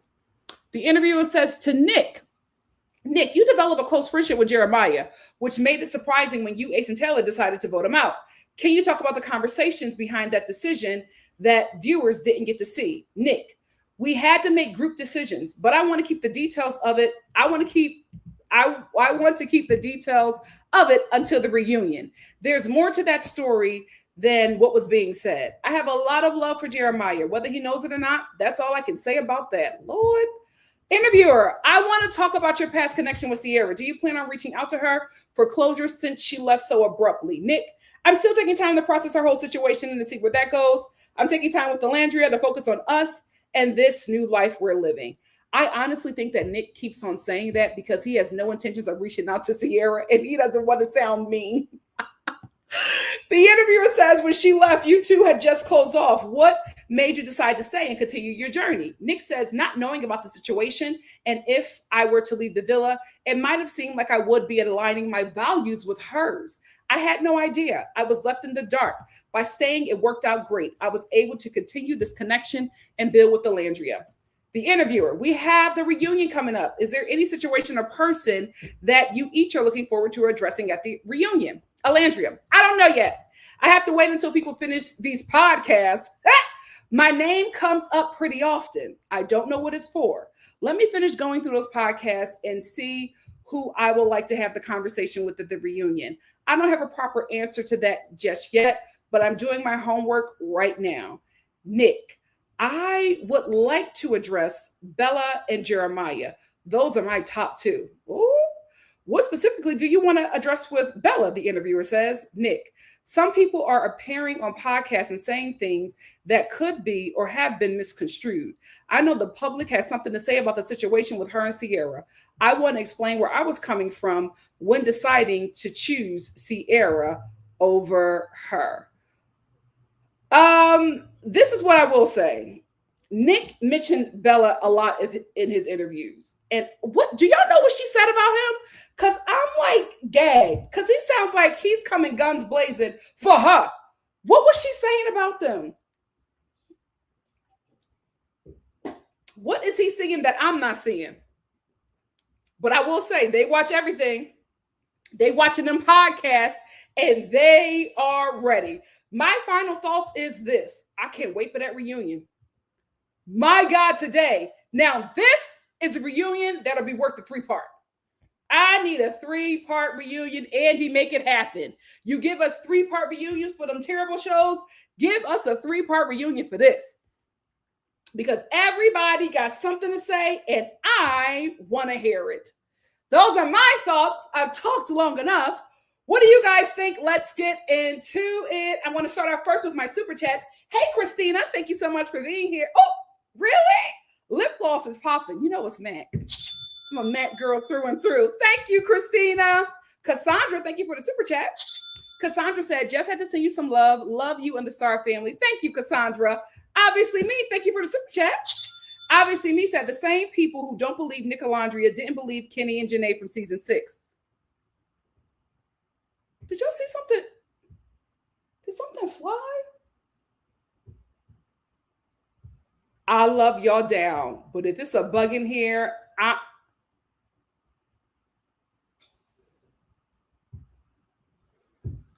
I will get off this line. Kenny and Janae from season 6. It's giving, can't believe non-black men are falling for black women. Absolutely. Obviously me, thank you for another super chat. Obviously me said the East Coast shade. Hold on now, Nikki. I'm sorry. I know Florida is East Coast, but it don't give East Coast. For some reason, you think of the East Coast, you just think of liberals. You don't think of Floridians. Nurse Muriel, hey. Nurse Muriel said, not too much on the East Coast. I'm from Philly. I'm just saying, I forget that Florida is the East Coast because I just think of it as the South, but it's the both. It's the East South, I guess. But when Nick said that, I was like, oh yeah, Florida is on that side. Shout out to Jacksonville. Shout out to Jacksonville. Thank you so much for the super chat, guys. I truly appreciate it. Love you all down. I want to get some older comments, then I'm going to get some newer ones, and we're just going to jump back and forth. Last night we were on here for 4 hours. That's not happening again. We'll definitely be on here for 2. We'll definitely be on here for 2. Eva Empathy said, I've been anxiously awaiting this live tonight. This is the best place to come and see everything in one place. Oh, I love you. Thank you so much. Al Boogie said, here to alert because I haven't seen the show. Whoo, Lord, don't do it to yourself. It was traumatizing. Miss Afro Majestic, thank you so much. Miss Afro Majestic said, let me get my like in as I know it's going to be good. Thank you so much. And let me put up my like thing before my mom start. There we go. I'm working on a better character. I'm new to this editing thing. Hey, Mishinka. Mishinka said, hey, Star fam. So happy to be here. Being a quiet black girl at work was rough this week, but I'm so glad to be here with you all. Yes. Girl, don't I know. Thank you for being here, my dear. Fid said, I wish she ever would stop. She only stayed for 2 days, but she's really trying to ride this wave, and I think the way she's handling it is not the best. You, Sierra, I think you should do everything to make sure nobody remembers you from Love Island. I don't think you should be trying to ride this Love Island wave because of how you left. Why are you still trying to let people know that this is something you were a part of? Take a break into the new year. Does her family have money? She got to do something. You know what? Maybe, I don't know. She has a great resume. Maybe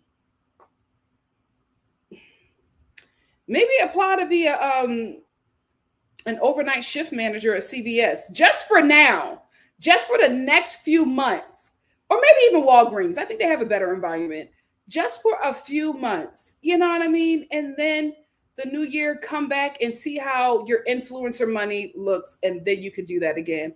But I feel like right now you need to chill. You need to chill. Do some charity work, but you need to chill.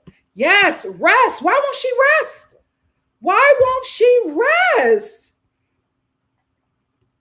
Cece says Sierra is odd. Just like give it some space and take a break. I honestly think that her and Nick, without Alandria, would not have worked outside of the villa because how much influencer heavy she is.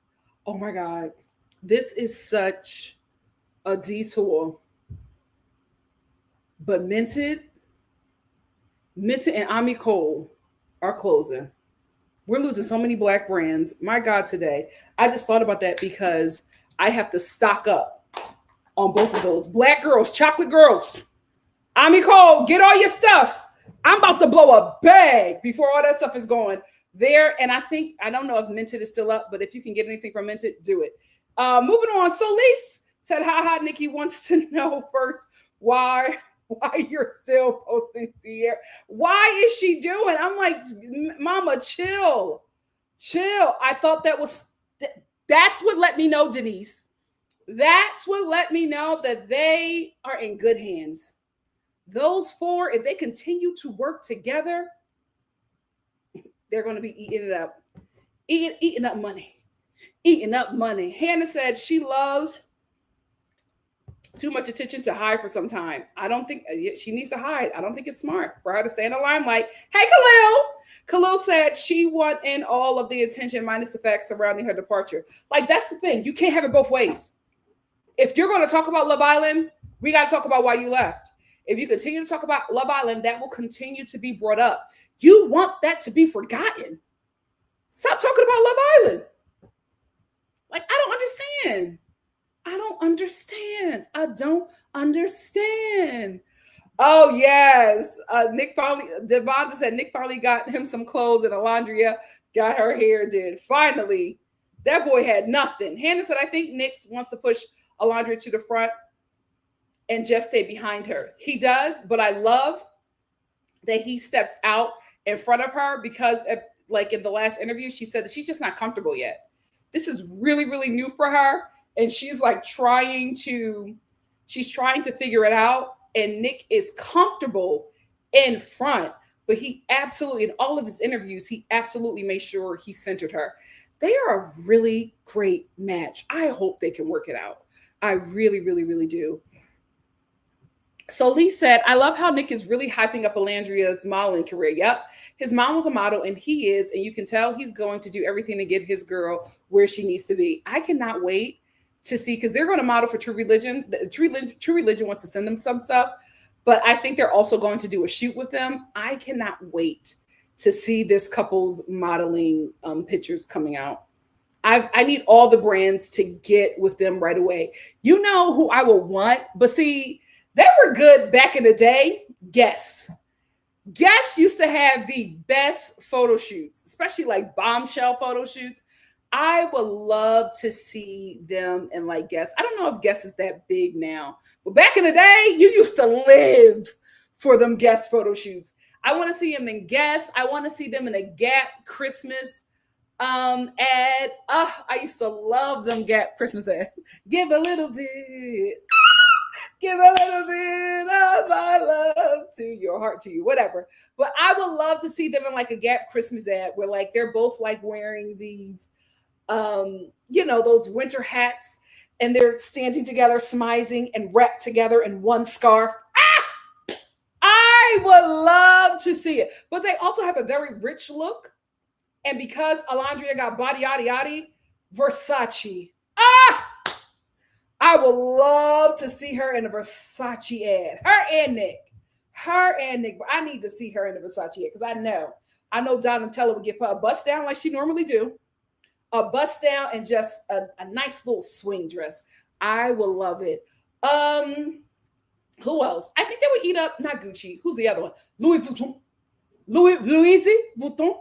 I think they would do good with them as well. Like they are a high fashion couple. And I'm just like, if we just stick with it, y'all could do something great. So here's the thing. When Alondria finally gets comfortable with him and puts the black wife effect on him, oh my God. Those two, they have to like, right now they got to ride the wave. They have to like be everywhere, dressed down. I hope they can get some kind of stylist. No shade. I don't know how Alondria is going. She got some nice little Love Island stuff, but I'm just like, I don't know if we're going to get the Southern gal. I don't know. She does have some cute stuff, but I want her out of the Fashion Nova and I want her into some more, a little bit more high fashion. But I can just see these two You know what? I hate to say it. I'm going to date myself, but I just got Britney Spears and Justin Timberlake at the MTV Awards, and that jean set. I just got those flutters. I remember what it was like to see that couple walk the red carpet. Now, as an adult, they looked a hot mess. But knowing when they walked that carpet together in that jean set, I was like, oh, it's official. It's official. So that's what we need. We need them to wear like coordinated pieces like they did in the season finale. We need them to look like that on these carpets. They're going to eat. They're going to eat. Arcadis said, I believe they will utilize each of their advantages to maximize their success, their close friends, so it will work. Absolutely. I wouldn't even mind seeing a reality TV show with just them. I know they're going to do Beyond the Villa, but I don't know if Ace and Shelly are going to do Beyond the Villa. So I want to see Ace and Shelly too. So I don't know. I would just like a reality TV show with just them. That those four. Yes. Here's the thing. Ace been saying, I don't need this. I didn't need the 100K. He doesn't. Ace is a really, really rich, y'all. He has coin. He has a really nice studio. If you look on TikTok and you see his when he does his rap, he's rapping in his studio. That's his background. And I even watched his studio tour on I think it was YouTube. The boy got money. Cause that flat that he has in downtown LA, I'm telling you right now, that ain't cheap. And that's just a studio. That's not his actual home. He has a place he lives. This is just his studio. He has money. You got 2 properties in LA. The boy's rich, y'all. He won't. He's a good guy friend. He's a really good guy friend. Springtime says, them not jumping on podcasts is taking the win out of the white podcaster sales. They show their hand. Absolutely. Cece said, all 4 of them are great friends. I know a few cast members are pissed. Absolutely. They're going to make this work. They're going to make this work. Mama Star, I'm not acknowledging that name. So I don't really think Shelly is, but she's a boomer. I don't really think Shelly is bisexual. I think she's used that to be separated from the group to get picked to be on the show. Mom, nobody fakes being bi. The only time you fake being bi is when you're not comfortable fully being gay yet. Girl, she's bisexual. She's bisexual, mama. It's okay.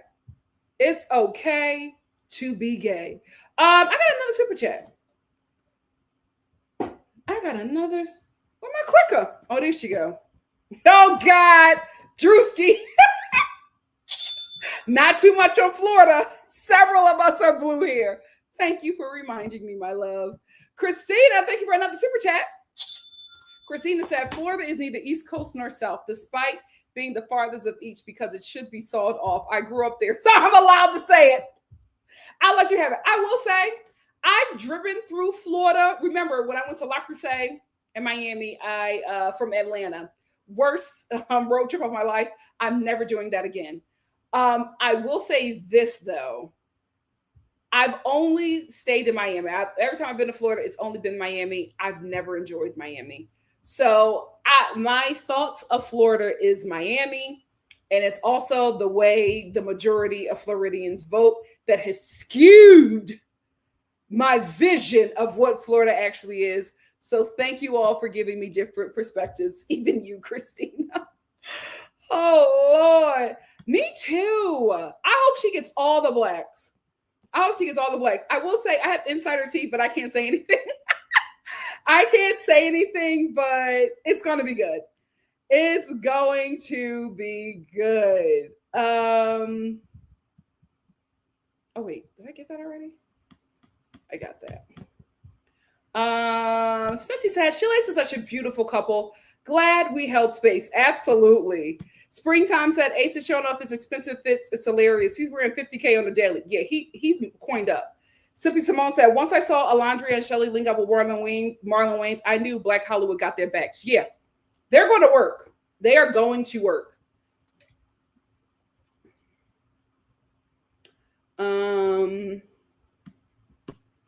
Denise said Ace came into the villa with 1 million followers. So yeah, he's got coin.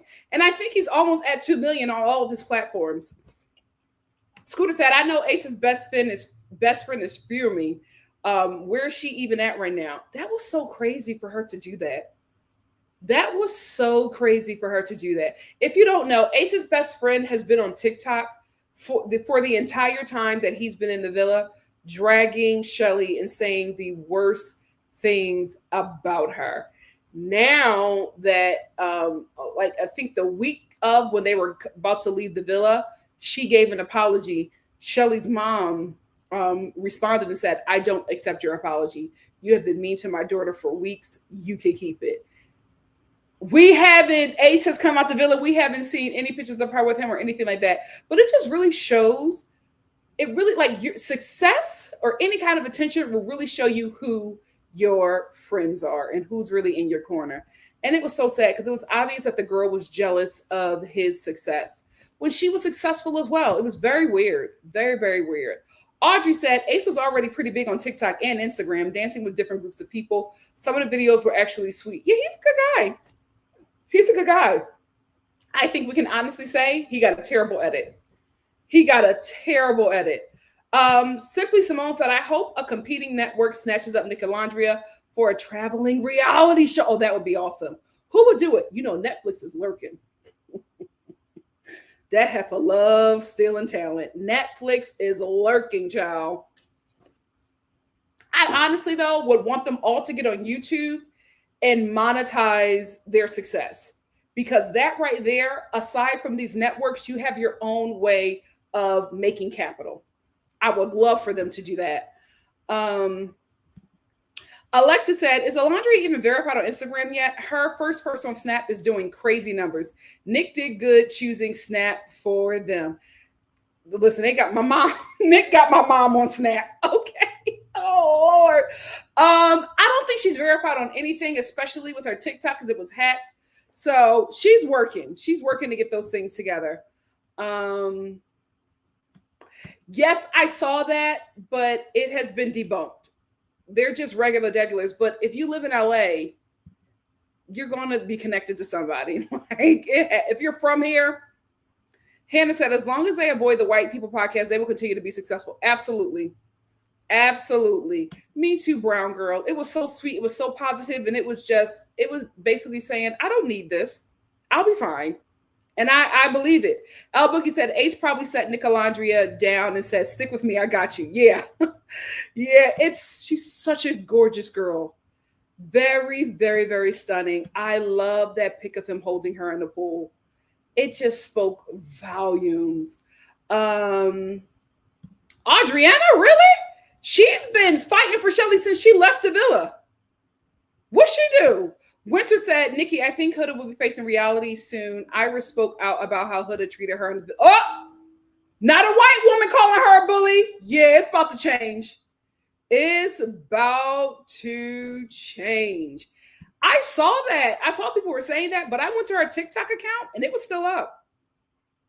So I don't know if that was true or if somebody just made that up. Princeton said, people still won't accept that Ace has grown a lot in the villa too. They won't let go of the Jeremiah drama, especially since the Jeremiah drama is not actually real. That reunion, Shirley said the picture of Shalace looking like Shelly is just so tired of that villa and Ace is supporting her and he will continue to do so. Absolutely. Absolutely. Yeah, I know you do, Mom. I know you do.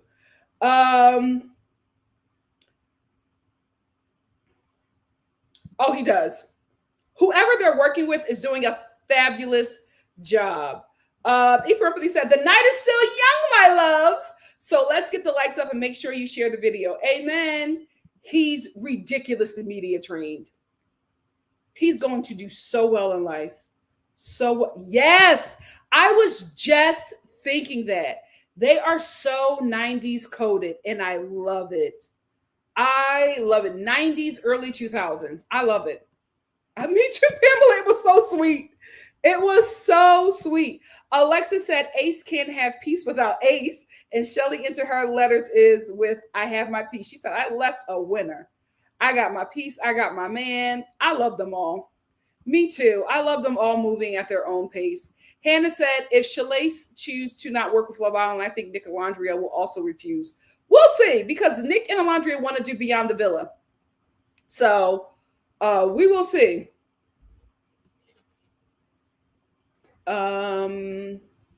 Springtime says, I think they're letting everyone show who they are, which is so smart. They are.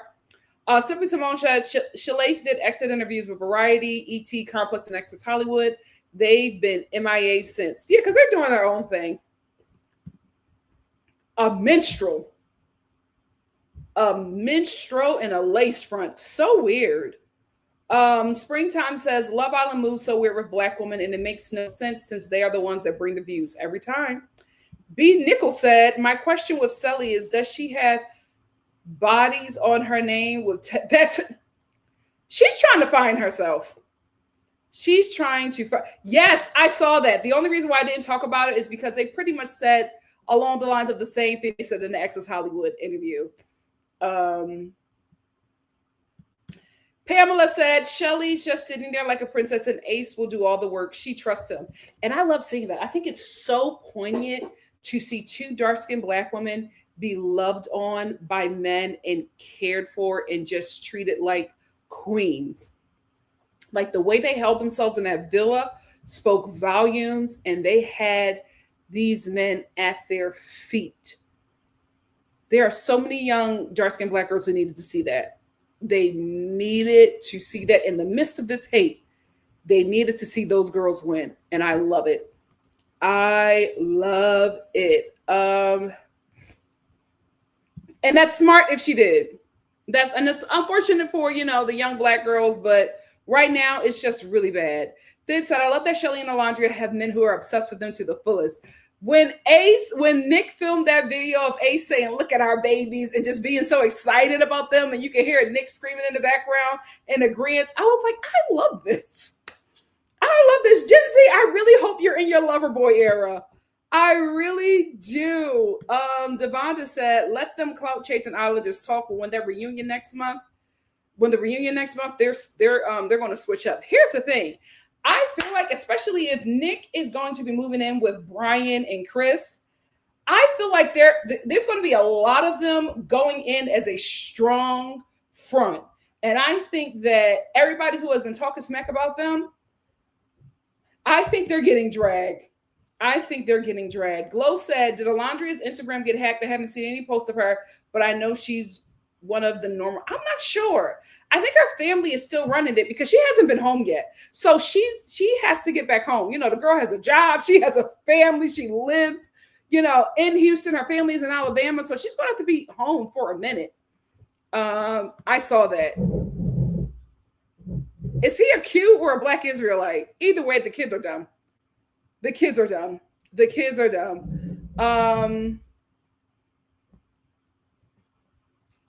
Kay said, I'm so glad Ace won me over because he was truly pissed. Me too. And now I feel bad because he got on my nerves in the beginning, but I'm just like, was he edited to be a bad guy? Because everybody in the villa is just like, they cannot believe the way that people think that Ace is. Like everybody knew that Ace and Shelly were winning. For them not to be in the final, gagged everybody, even the people who were in at the end. Thony said, who did the abuser TikTok ban? Playing too much is what you get. Guys, I saw it before I hopped on here. What is she? Sorry.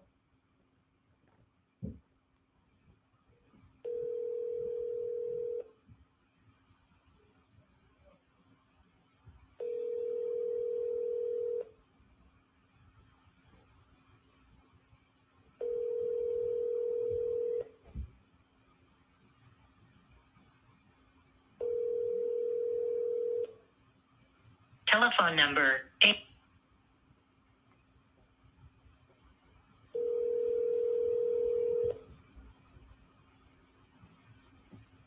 Hello? Do you know what she's doing on the rooftop? Because it sounds like you're moving a dead body up there. I'm trying to ignore the sound, but it is ridiculous. What are you doing? It's lifting up. It was cute though. I had some curls. I don't know what happened, girl. Yes. What are you doing up there? It's so rude. Sorry, I was fixing the patio chairs. Why did you have to fix them right now? Hello, Star family. Because it's windy, Nicole. No, that was rude. My God. I kept on trying to talk over it, but I'm like, I have to acknowledge this. Toya Star here. Please. Why would she pick this time? What would you say? What time is it? It's 9 o'clock in LA. Why is she rearranging furniture on the rooftop? 9 p.m.? You had to do this now? This family. Hey, Solis. Solis said, hey, Mamacita, gave your name away way before Love Island made it a song. The thing that cracks me up about the Mamacita thing is that Nick still cannot believe that it's gone viral. He's every time somebody asks him about it, he's always so confused. Like that, me saying that, he doesn't get it. Then said, I hope the Love Island rejects aren't invited to the reunion. They're all coming. I'm tired of seeing Zach, JD, Elon, Beladesh, and Austin. It's time for them all to get a job. Oh, he was serenading her. Karaoke. It was so cute. She was so embarrassed. That's what she has to have. Is Nick a golden retriever? Is that, y'all know the kids say golden retriever type word. I feel like that's it. Scooter says, Huda reposting herself and acting a mess on podcast. I need her off my show. Listen, she's there. You don't have to do anything. She's going to do everything on her own. Devonta said, Alandria is dealing with a lot of hate fueled by the Call Me Daddy interviews. Also, Huda named Nick 7 times in the interview, talking about she got a call from him. You know why she keeps on mentioning Nick? Because he's on her mind. Because he's on her mind so much, her subconscious, she has to release it because she's obsessing about that man. He's next. Alandria, he's next. He's next because in her mind, she sees how this girl is treating her. She sees how popular he is. And she still believes that even after she was unsuccessful this entire time, she still believes that Black women are not her competition. Her and Sierra. She don't think. In her mind, she's like, Nick doesn't really like her. He just doesn't know that I want him. She convinced herself that. I'm telling you, something not right. Something not right. Arcade said he's so smart to post on Snapchat. They paid the most and they were at the headquarters. Yep, he's very smart. She prophesied that. She said, y'all deserve real men. And they got him. Thank you, Huda. Thank you. Oh, she got her TikTok account back today? Good. Thank you, Lord. Thank you, Lord. Alexis said, Nick had to be loud and out this week. His relationship is being questioned. He probably feels that he is just showing how he really likes his girl and is excited to show it to everyone. Yeah. He also mentioned Little Yachty. He's like, yeah, I need to talk to him. I'm like, Nick, please. You're not pressing anybody. Harold said, the exes always want to come on social media for 15 minutes of fame. It's so lame. So lame indeed. Who didn't I see before? Springtime said, finally some light in this weird season. Yes. Oh, they're doing letters to Shelly. Oh, I love that. I really love that everybody just came together. Like the Black women are locking in. We are doing our best to fight for these two because we can't lose them. And I just love it. I really, really do. And Melina said, I'm so happy Alandria and Shelly are being uplifted. They deserve so much love. They absolutely do. Hey, Naya. Naya said, hey, Nikki. Hey, Star fam. Nicolandria Hive will ride forever. Absolutely. And yes, we did, Alexis. Not on my watch. I think so. That's what it gives. That's exactly what it gives. And it's weird. But see, I don't know Sally. I only know her from Love Island Games. I don't know her on her season. Did she speak like this on her season? Was she like this? Springtime says, Huda leaving that message, but also saying she was bullied. So girl, I love you. I miss you so much. You were the first person that was ever riding for me. If she bullied you, I would have been like, I have nothing to say to her. Nothing. Give the phone to Iris. But you love her twice? That's what you said. You said you love her twice. Just a liar. So sad. So sad. Scooter said, Huda said she was the most bullied and no one had her back when she was the most comforted person there. Absolutely. Girl, I would have went and slapped her when she got out of the podcast. Just a mess.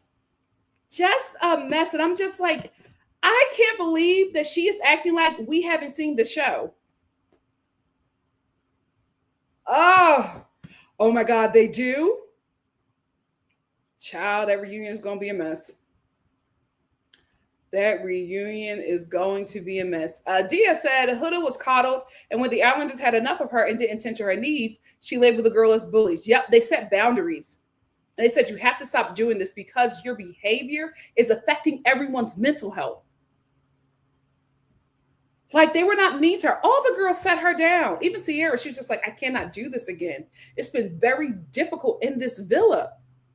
And they're right, but everybody coddled her. Hannah said Shelly detached from Huda when she was forced to talk to her by the producer. She says she does not F with her. Good. Kay said even if Huda didn't mean that Shelly and Alondria were her bullies, she's still aware of the hatred and the vitriol people are sprouting at them now. So as a friend, she should have clarified that it wasn't them. But here's the thing. Who would she say it was? It's obvious that she's talking about them two, because who else would she say bullied her? She said the Casa boys loved her. Nick was her best friend. I didn't see that. She got no beef with the men. All she said about Jeremiah was that he love bombed her. Chris was too involved with Shelly. Who else? Could she say Iris? Could she say Amaya? It's very obvious who she's talking about. Ryan said, but I've had people like that. Anyone that will hurt you but keeps repeating that they love you and that your sister is sinister and they're trying to gaslight you. Absolutely. Absolutely. It was the best. So enjoyable.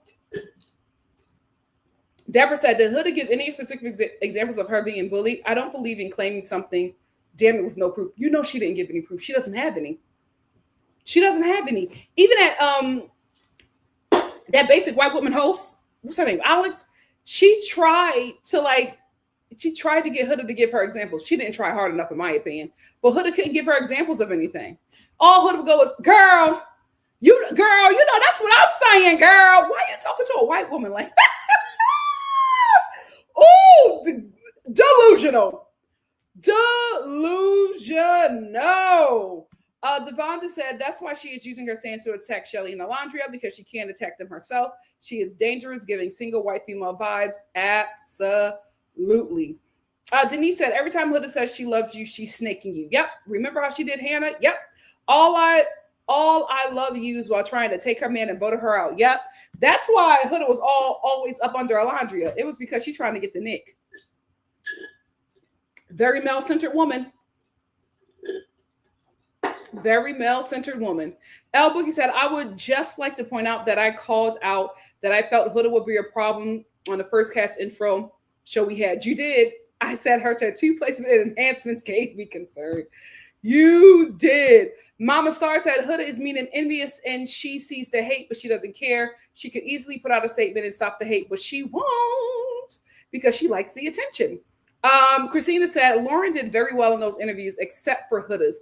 You could tell she felt pressure to praise her, kept calling her. Oh, I never saw her interview with Huda. Thank you for letting me know.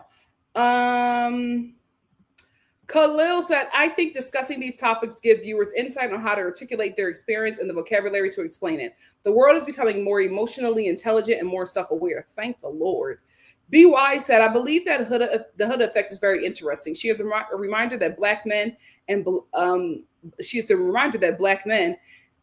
women are being mistreated and abused by Huda fans who's dangerous to the black community. Yep. Nicole said Ace clocked how Huda was in the pie challenge when he confronted her. He said she don't like to be confronted. She is two-faced. She said one thing to the girls, and when Ace confronted her, she switched up. He's owed so many apologies, Art World.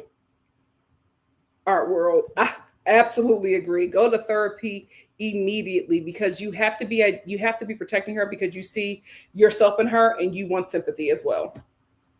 And Melina said, yeah, and it's crazy how Huda implied that she found Ace attractive. So that makes me feel like she wanted Ace to herself all along. But I knew that. That's why she kissed him. Remember, the first day, everybody kissed who they liked. Alondria kissed Nick, but chose Taylor. Huda kissed Ace, but chose Jeremiah. Pepe says, guys, when I tell you Shalace and Nicolandria has me in a chokehold, child, they got us all. They got us all. He sure did. He came out on top. They tried to make him the bad guy, but he came out on top. It could have been great. It could have been great, but it was absolutely a chop. The editing was horrible. Jackie B said Ace also got behind Huda when he should have slid over there to Jalen. But remember after the vote, he said he did it for Taylor because he wanted Jalen out of the house because Taylor he didn't want any competition. And that's why Alondria was also mad because it's just like, you are pursuing me. You're going after the guy that was there for me, but you're telling your guys you're not attracted to me. Like, what's up with that? Ice Macchiato said, oh, and Nick are so cute. They boot up on Snapchat. Yeah, they're so cute. We're so cute. They're so cute. Devonta said, yeah, her TikTok was banned. And the Hudaburgers are blaming Black TikTok. Well, it's still there. Let me check. I think her TikTok is still there at 5 million. Yeah, I blocked her. She's still there. Yep. It's not banned. It's still there. Let me block her again. But I'll just show y'all. 5.2. When I blocked her earlier, it was 5 million even. Now it's 5.2. There we go. I will not have that demonic energy in my feed. Alexis said, who shamelessly watched that 2.5 hour Nicolandria movie on Twitter today? It was somebody sent that to me as well, but it was like a clip. It's really a movie?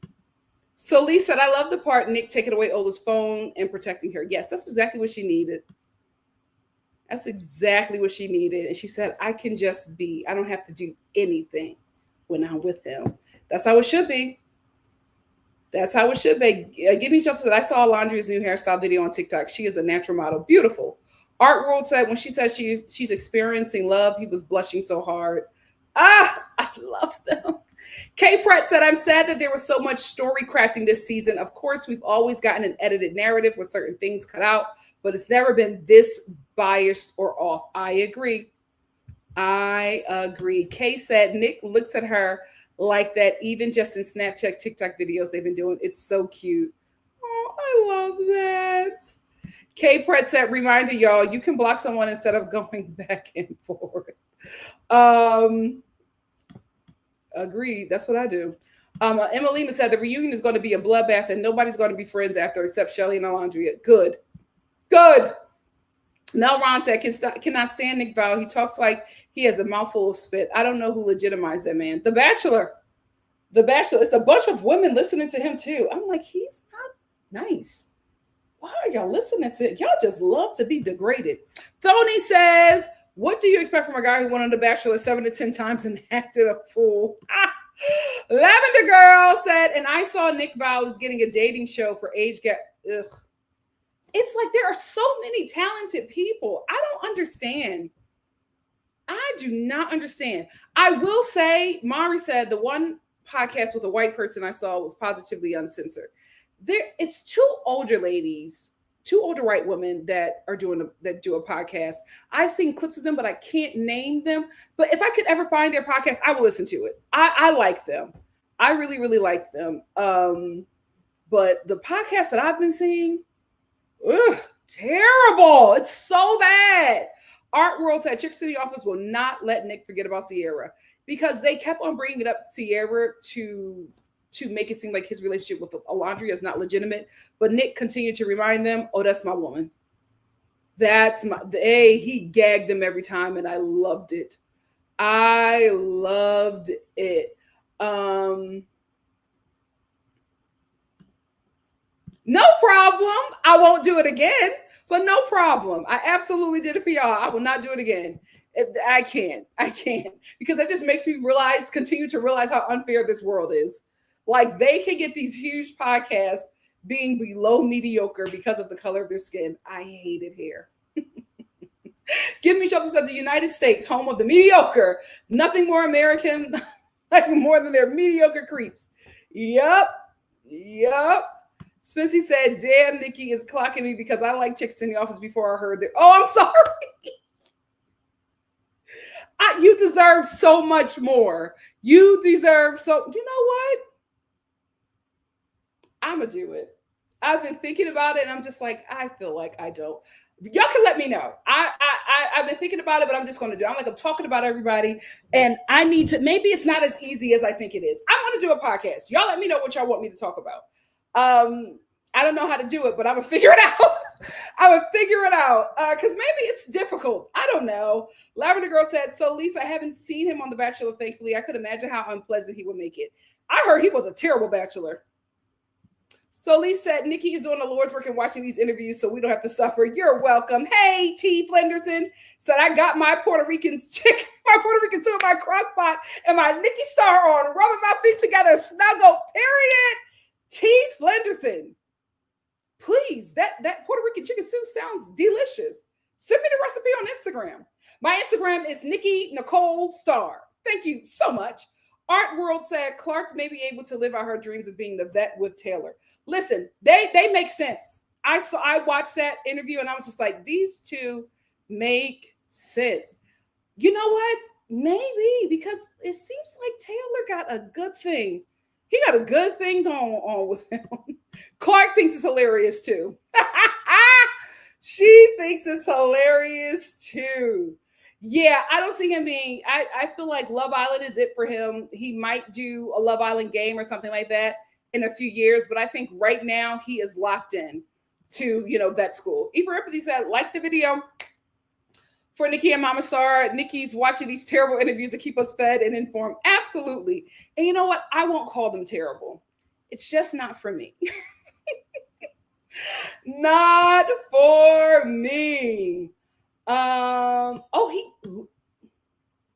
The NICOLANDRIA can absolutely do it.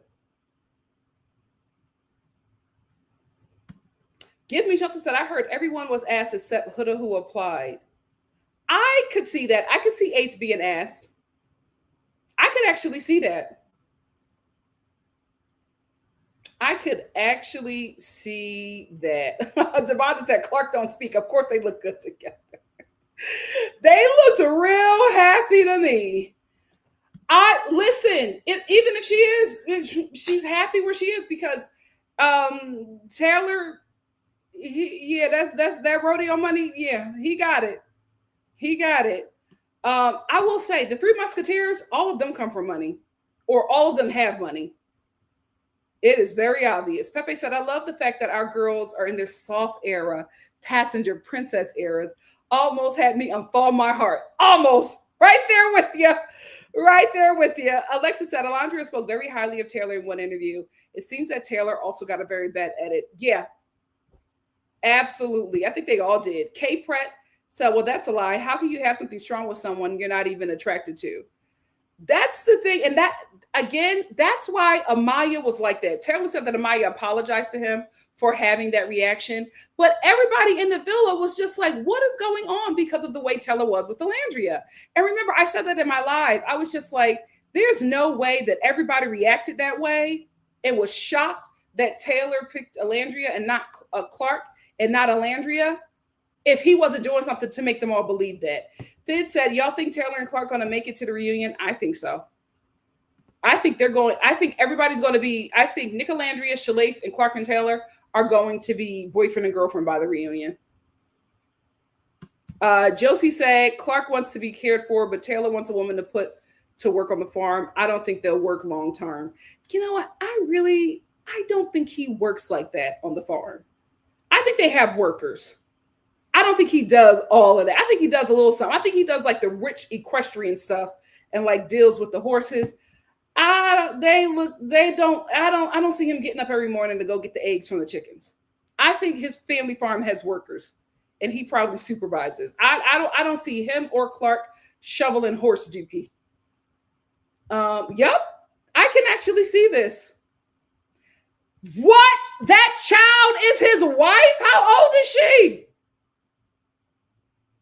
How old is that girl?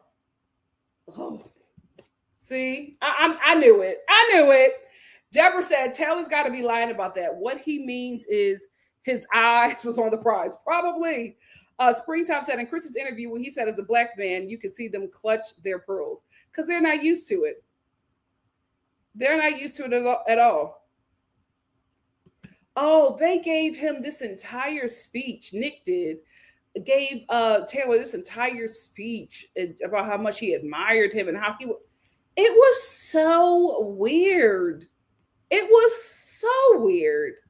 Give Me Shelter said the producers have some explaining to do. It's one thing to edit for entertainment. It's another when your edits set up cast for danger and completely change the narrative of what is actually happening. But that's why they can get away with calling it reality TV, because real things happen. That doesn't necessarily mean you're going to see what actually happened.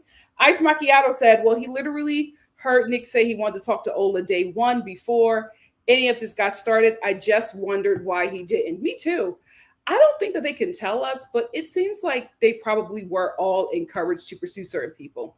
Obviously, me said, I did like when Taylor asked, what do you mean are Nick and Alondria real? Because them bobblehead hoes playing too much. Yeah. You could tell he was like, what do you mean? Because that's still his boy, you know? Obviously, me said, notice how Ola wasn't there for the interview. Nick said, let me handle these white chicks using my white. Yeah, and I love that. I love it. It was so ridiculous. You voted for Iris and Pepe over Nick and Alondria? Okay, we know why. We know why. They were short-circuiting every time he mentioned her name. He said, yes, Ola's going to help me get some clothes. Like, that's his wife. That's his wife. Ah! Amirio said, yes, the chicks in the office girl looked visibly uncomfortable when Nick was gushing about Ola. Their reactions were weird because they're not used to it. In their minds, they can't believe it. Their minds, they can't believe that he wants Alondria when they're right there. Pepe said, Nick lets Marcel out when dealing with those microaggressions. He clocked them from the beginning. Absolutely. Hey, Kimberly. Kimberly said, Bella-A acts like she had a whole relationship with Nick. She was there for 5 days. I think that's what he's going to say. Because Bella was on a huge press tour when she got out the villa. And it was just like, she was on a lot of talking. And I think Nick saw all of it. AI says in one interview, Alondria accidentally called him her husband, I believe. I can see it. Like in one of the interviews that I was watching, she had her hand, she started at his hair, and she pulled it down on his face, and then she held it on his neck the whole time. I was like, what the hell was going on in that villa? What was going on? Elbig said the way that man looked at that dial said that man is making plans. Absolutely. Listen, she has some opportunities that she has to get to first. Nick is ready today. Take your pills, Alandria. BY said, I could not digest any of the Val files in the Chicks in the Office interviews with any of the Islanders. They were terrible. They were terrible. I think people want this. I really hope this season of relatability dies out soon. Dies out soon. I want celebrities to stop talking. I want celebrity worship to die, but I also want everybody being relatable and understand. I don't want that. I don't want Beyonce to be relatable. I don't want her to be just like me. I'm paying all that money to go to her concert because she's not. She has to be exceptional. I don't want it to be, oh my God, me and Beyonce shop at Marshall's. No, I don't want to know that. I don't want to. The relatability has to stop, because with this whole thing of celebrities being accessible and relatable, and we like people who are just like us that we can trust. I'm going to tell you right now, you can't trust them influencers. They are billboards, so they will tell you anything. You can't trust them regular degulars. They are not relatable to you. They are billboards. boards. They are selling you whatever they can so that you can pay their bills. Everybody, them TikTok shop people, everything that they get, they love. Ain't no way you love every product that you get from TikTok shop. Stop lying. They're all lying. Don't trust them influencers. This is how they make their money. And because of that, because of the relatability, and we want people who are just like us, we got a bunch of liars with bad political views who have a huge following. I want this to end. No more regular degulars. I don't want relatable people anymore. I want aspirational people. I want this to be over. No more influencers, no more regular degulars. Let's just go back to normals and celebrities. That worked best. This little mixture thing where Pam from accounting has 1.5 million followers on TikTok, absolutely not. No. 70,000 people should not be watching her take her Starbucks run. No. Exceptional people need to be the standard. Again, I'm tired of the season of regular degulars. I don't know why I went on that rant. Please forgive me. Devonta said Nick's been wanting kids. Yeah, he talks about it. And he's going to get married because Alondria says she ain't going to be a single mom. Yeah, she's ready. And the thing about it is, Alondria is ready to be a wife and a mom for all the wrong reasons. She's ready to be a wife and a mom, as she talked about in her interview, because she grew up so fast. Her parents were 16 or probably 15. They were in the 10th grade when they had her. So her mom was probably pregnant the freshman year. So it's just like she had to grow up very fast because she was the eldest. So she's probably been mothering her whole life. And that's why I'm just like, slow down. You need to enjoy you. You were a mother to your younger siblings. Now you are a mother in the villa.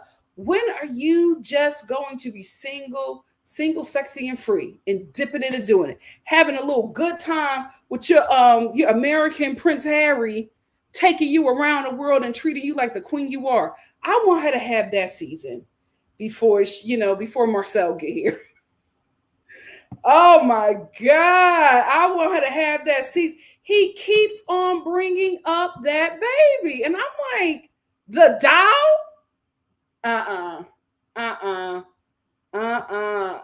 Black Healer said Nick is also being a Cancer, and they are relationship driven, and Nick is all in because his light is on. Lord, that sent me. I said, that's Nick.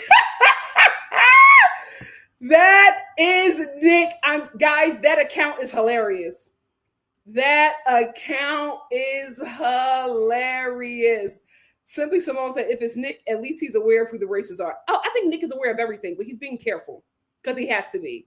Obviously, V said, apparently the person running Marcel's account got reached out to by Nick because Nick want to meet up with them. Ciao. And what happens when Nick goes to the meetup and it's just a mirror? Art World said, I think being some Black influencers, YouTubers don't see the connection between Nicolandria. They feel justified. True. Deborah said, I wouldn't be surprised. Nick stays up all night watching edits. Oh, he loves them. BY said, I think that Alondria, Nick, Shelley, and Ace should be interviewed by someone from the Black community. I absolutely agree. And I think that's what's going to happen. Mama Star said, Nick said at this point, he doesn't give sugar, honey, iced tea. He is with Alondria, and that's that. Yep. He's been a weirdo. We just felt bad for him because of the edit. Child, she know now. She know now. I never did. That's why I was just like, I can't give them my vote. Like, this is Love Island. I want to vote for people that I know are going to be together. I want my winners to have a wedding a few years down the line. I want that. Amaya and Brian ain't making it to the reunion. Devonta said it's posted on Kiki's account. It's a mystery. It's two people. I hope the two people are Shelley and Alondria, and I hope the next two people that she interviews are Nick and Ace. I would love that.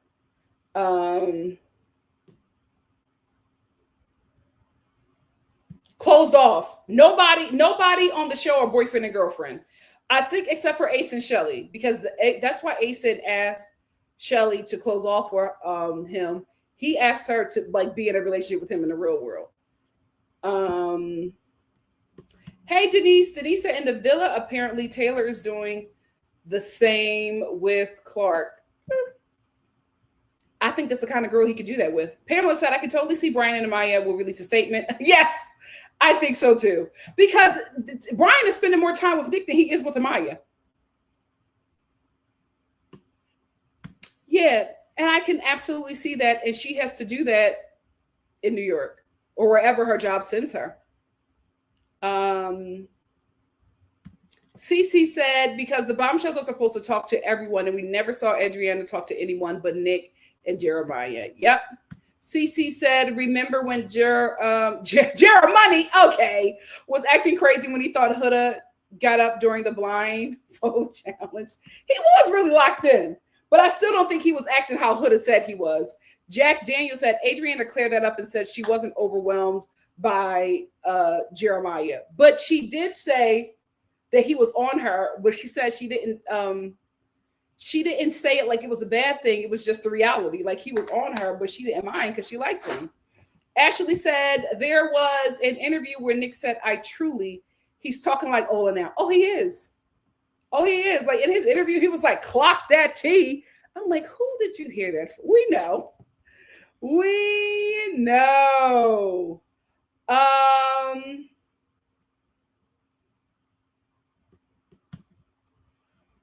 Him and Chris. Like, what is going on? Yasmin said Alondria and Shelly need to move to LA to further their careers. Yeah, Alondria is still, because you also have to realize Alondria is a big sister and her siblings are still very young.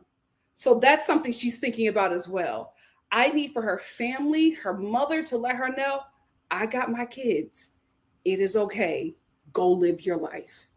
Her mother needs to release her. I didn't know they did a Vulture interview. I'll talk about that in my next slide. I didn't know about the Vulture interview. Yeah, but I think it's the big sister in her. I really, really do. He does. He even said that. He said he's here to take care of someone. And he got her. He got her. Art World said, I can't wait till Ola meets Nick's dad and Nick's meeting Ola's parents. That will really solidify their bond because they had a strong relationship with both parents. Yeah, and the moms are working together. So they're good. They're good. They're good. Oh my God. If True Religion builds off of that edit, whoo! Woo! Wavy said, it's so funny how they didn't win Love Island, but they actually still won. I've seen many more press of them than the Papayas. Absolutely true. Ashley said, Huda is mentally sick. Oh my God.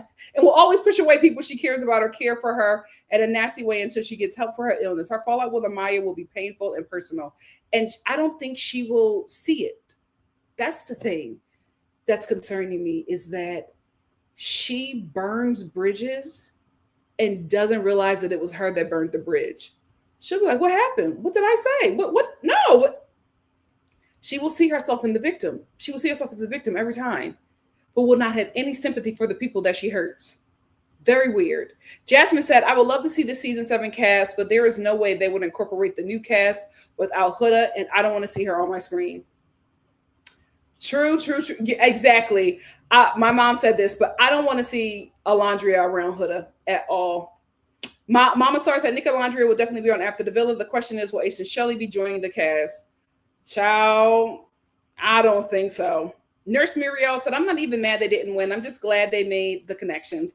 They will make 10 times the prize money. If nothing else, they can have a genuine friendship. I think so too. Hey, Princeton. Princeton said, I just know they'll bring Huda back, and I don't want that. If Huda moves here to LA with that kid, I don't think the dad will allow it.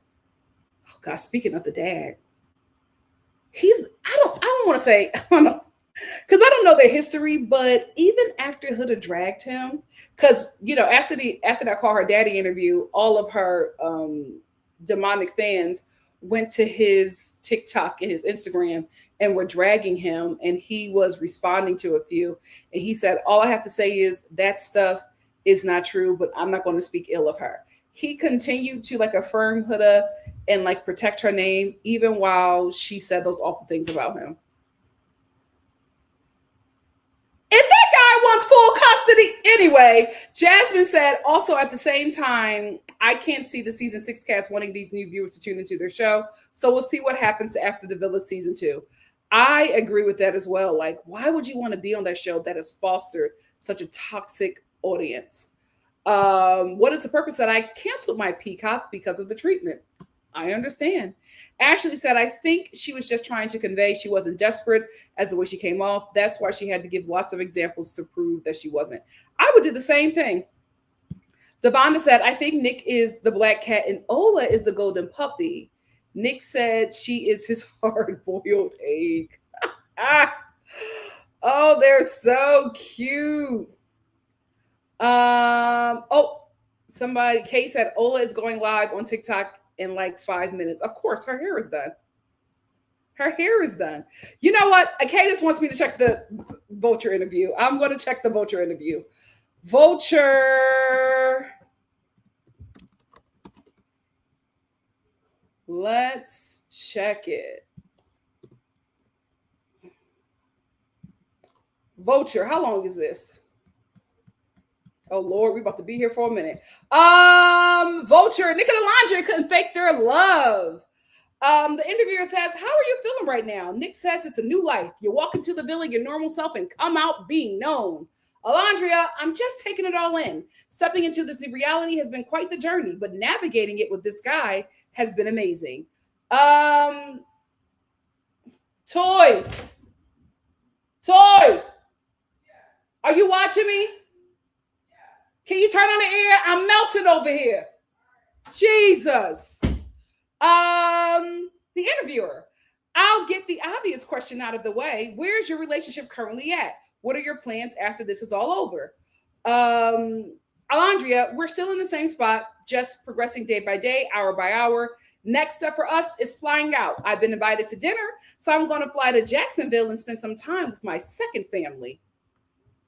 All right. He's going to come to Decatur, Alabama to spend some time with my family. Once we see where the vibes are at with that, we'll be able to tell where we take our connection. Interviewer, what do you think about the NICOLANDRIA fandom? People were arguing about whether there was something there from very early in the season. Alondria says, I wish I was on the outside world so I could see it from your point of view and be in those conversations. Nick says they called the NICOLANDRIA hive delusional. Well, look at us now. Alondria said, y'all were never delusional ever. I bet it was fun from their point of view, watching and talking about it and finally seeing it come together. I bet it was a beautiful feeling at the watch parties. I'm sure it was an emotional roller coaster for you guys. You wanted something so badly for us, then we let you down, then came back. It was a roller coaster for us too.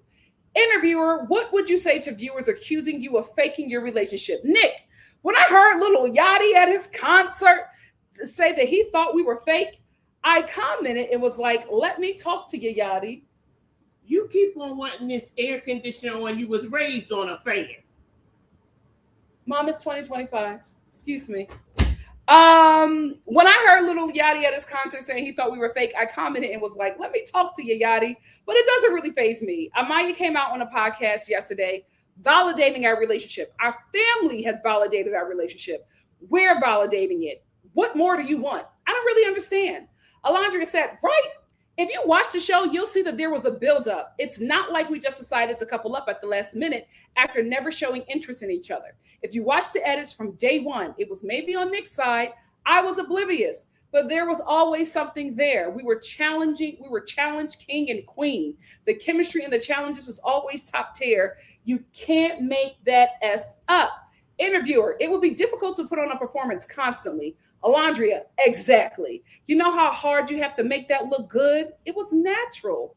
Interviewer, so much about dating on Love Island is different from dating in real life, including the fact that you're pushed into being so communicative about how you're feeling all the time. In real life, you might play things cooler.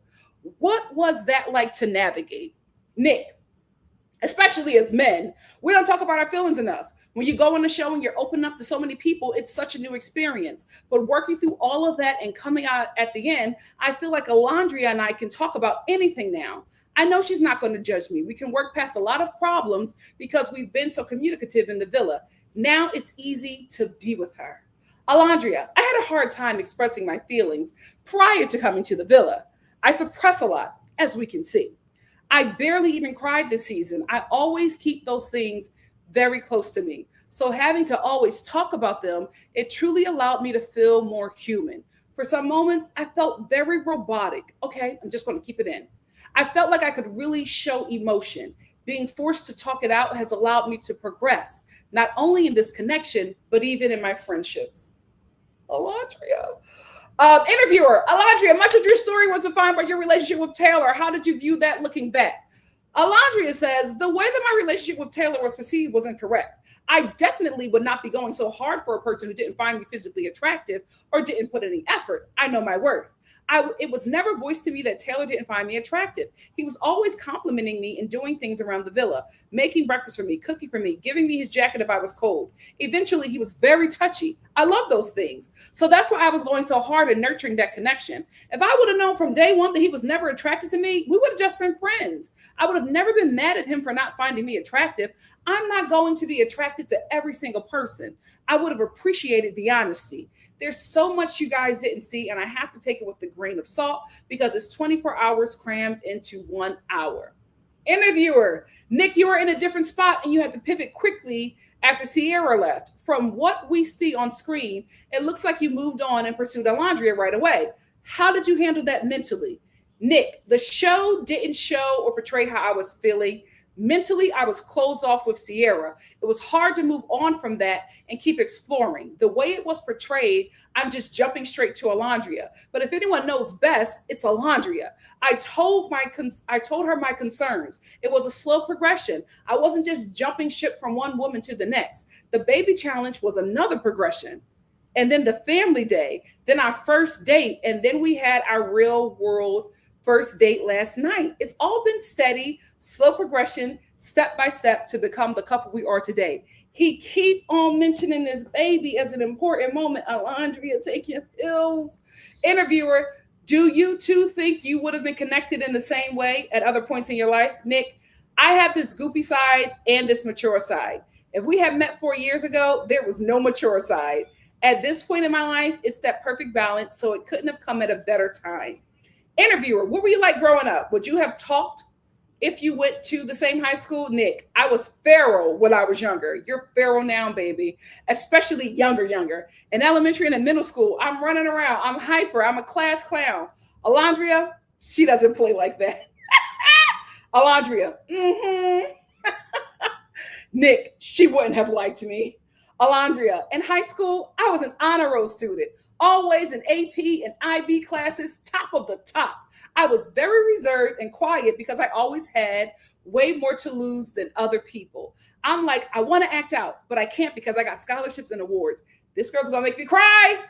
I was always that model student. We definitely wouldn't have worked. If Alondria's story is not so relatable to so many Black working class people, and just like Black working class women, like this is it.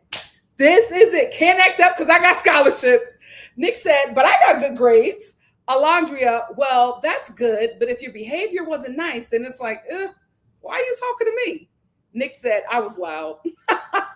Alondria, even if you would have met him in high school, Alondria says, even if I would have met him in high school, being that I'm from Alabama, a very traditional state, if you know what I mean, I wouldn't have felt that he was going to be into me. A lot of guys at my school weren't into people that look like me, which is why I decided to go on the show. I was like, I'm going to open my mind to this experience. Let me stop writing myself off. Oh, this was a good interview. Yes! This was a good interview. I love that. Oh, I love that. She was very honest. He was very honest. And I'm glad that they met at the time that they did. Because I believe it too. They wouldn't have worked out. I love them. I love them. Jasmine said, Bella did a decent amount of interviews for being in the villa for only a week. Yeah, she did. She did. That was when I was in Atlanta. Oh my God. My first year in Atlanta, there were so many bugs. That's when I lived in like when I had that house that had it was like the woods in the back. Whoo! What a nightmare. What a nightmare. Cindy said she said he had to hold her right before that. She had nothing to worry about. Then right after he chose Sierra. So Bella said it really curled her. I remember that. Yeah, I get that.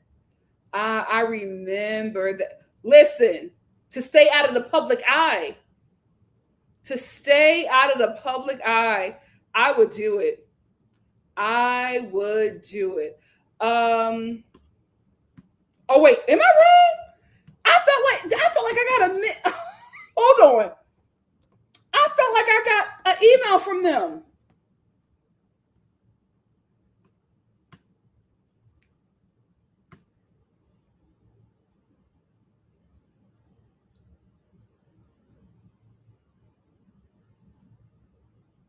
Okay, no, they're still around. They were just acquired by the West Lane Capital Partners. It's West Lane. They relaunched.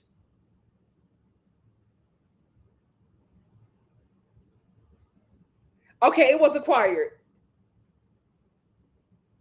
It's no longer black owned though. So that's okay.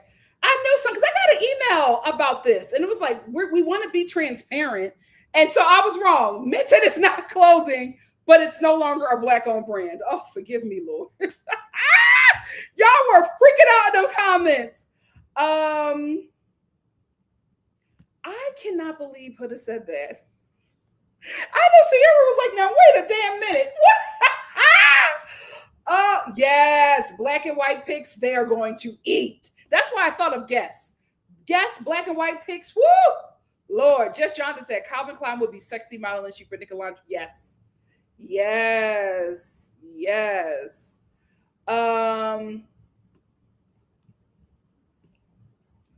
Wasn't it? Because that's when we was like, oh my God, they are really together. I will say, shout out to millennials, because we manifested that couple. We manifested that couple. Oh my gosh. Simply Simone said these two are going to be at New York Fashion Week this year, most definitely. Oh yes, Hanifa. Lock in with her. Please. Denise said Love Island had the nerve to release a statement about the abuse Huda and Sierra have received without mentioning Shelly and Alondria. I wish I could remember the exact words. The exact words were nothing. Nothing. It's a joke. Art World said I followed Ace prior to Love Island, and when they announced him as an Islander, I thought it was a joke. Because he doesn't need it. He doesn't need it, but I'm glad he went on it. Arcada says someone said Huda snapped after all the black couples and Nick went to Disneyland without her. You know what? That probably is what it was because she was in the house with them. But Amaya and Brian didn't go. And you know what? Everybody probably would have went, but Shelly and Ace were like, we don't want to hang out with nobody else right now. Good for them. Good for them. Simply Simone said, I think after everything with the She Who Shall Not Be Named, the edit production gave her and the network not protecting her, Shelly or Ace, they are cutting ties with the network after the reunion. And good for them. Wavy said, I hope future couples on this and other shows follow Shalace and Nicolandria's lead and pay these disrespectful podcasters dust after the show. You won't profit from my presence after clowning me. Absolutely. They should do it. I will watch. Or they can take it into their own hands and just be travel influencers. I will watch. Nas B said, I think Ola got verified on Snapchat. Folks mentioned that her post on there was after being verified. They do. They have star power. They need to get YouTube channels. Nasby said, I love that pick of Shelly and Ace in the pool. I couldn't recall if it came from an episode though, because if so, I missed it. You know why we love it? It's because it looks like something that would be in a movie like Love Jones. It looks like a still shot from a movie like Love Jones or something. Like, remember back in the day when we had like all those black love movies? That's what it looks like. I'm telling you, if whatever movie I produce or write and I can get it funded and y'all see that shot, Just act like it's the first time you've seen it. Oh, he should absolutely apologize. Not saying anything about it is not helping. I don't like it either, but again, I was just like, we did not see how close they are. And he can't move in with Ace. Ace got his own place. And it seemed like Nick was the dirtiest in the villa. So that's another thing. Alondria can't close off until he starts grooming himself like a black man. But I feel like the black wife effect, she's going to get him together. I think he's very clean around her because she know he don't play that. But Ace got his own place. Taylor is going to be in Oklahoma. Chris and Brian are the best right now until Alondria moves out there. I feel like as soon as Alondria moves out there, he's going to want to move in. Give Me Shelter said, I have a sneaky suspicion that Huda fans haven't found love that enclosed respect. That's sad. That's why they are fighting for dear life, for the chaos that was modeled for them. Yeah, they're the toxic love people.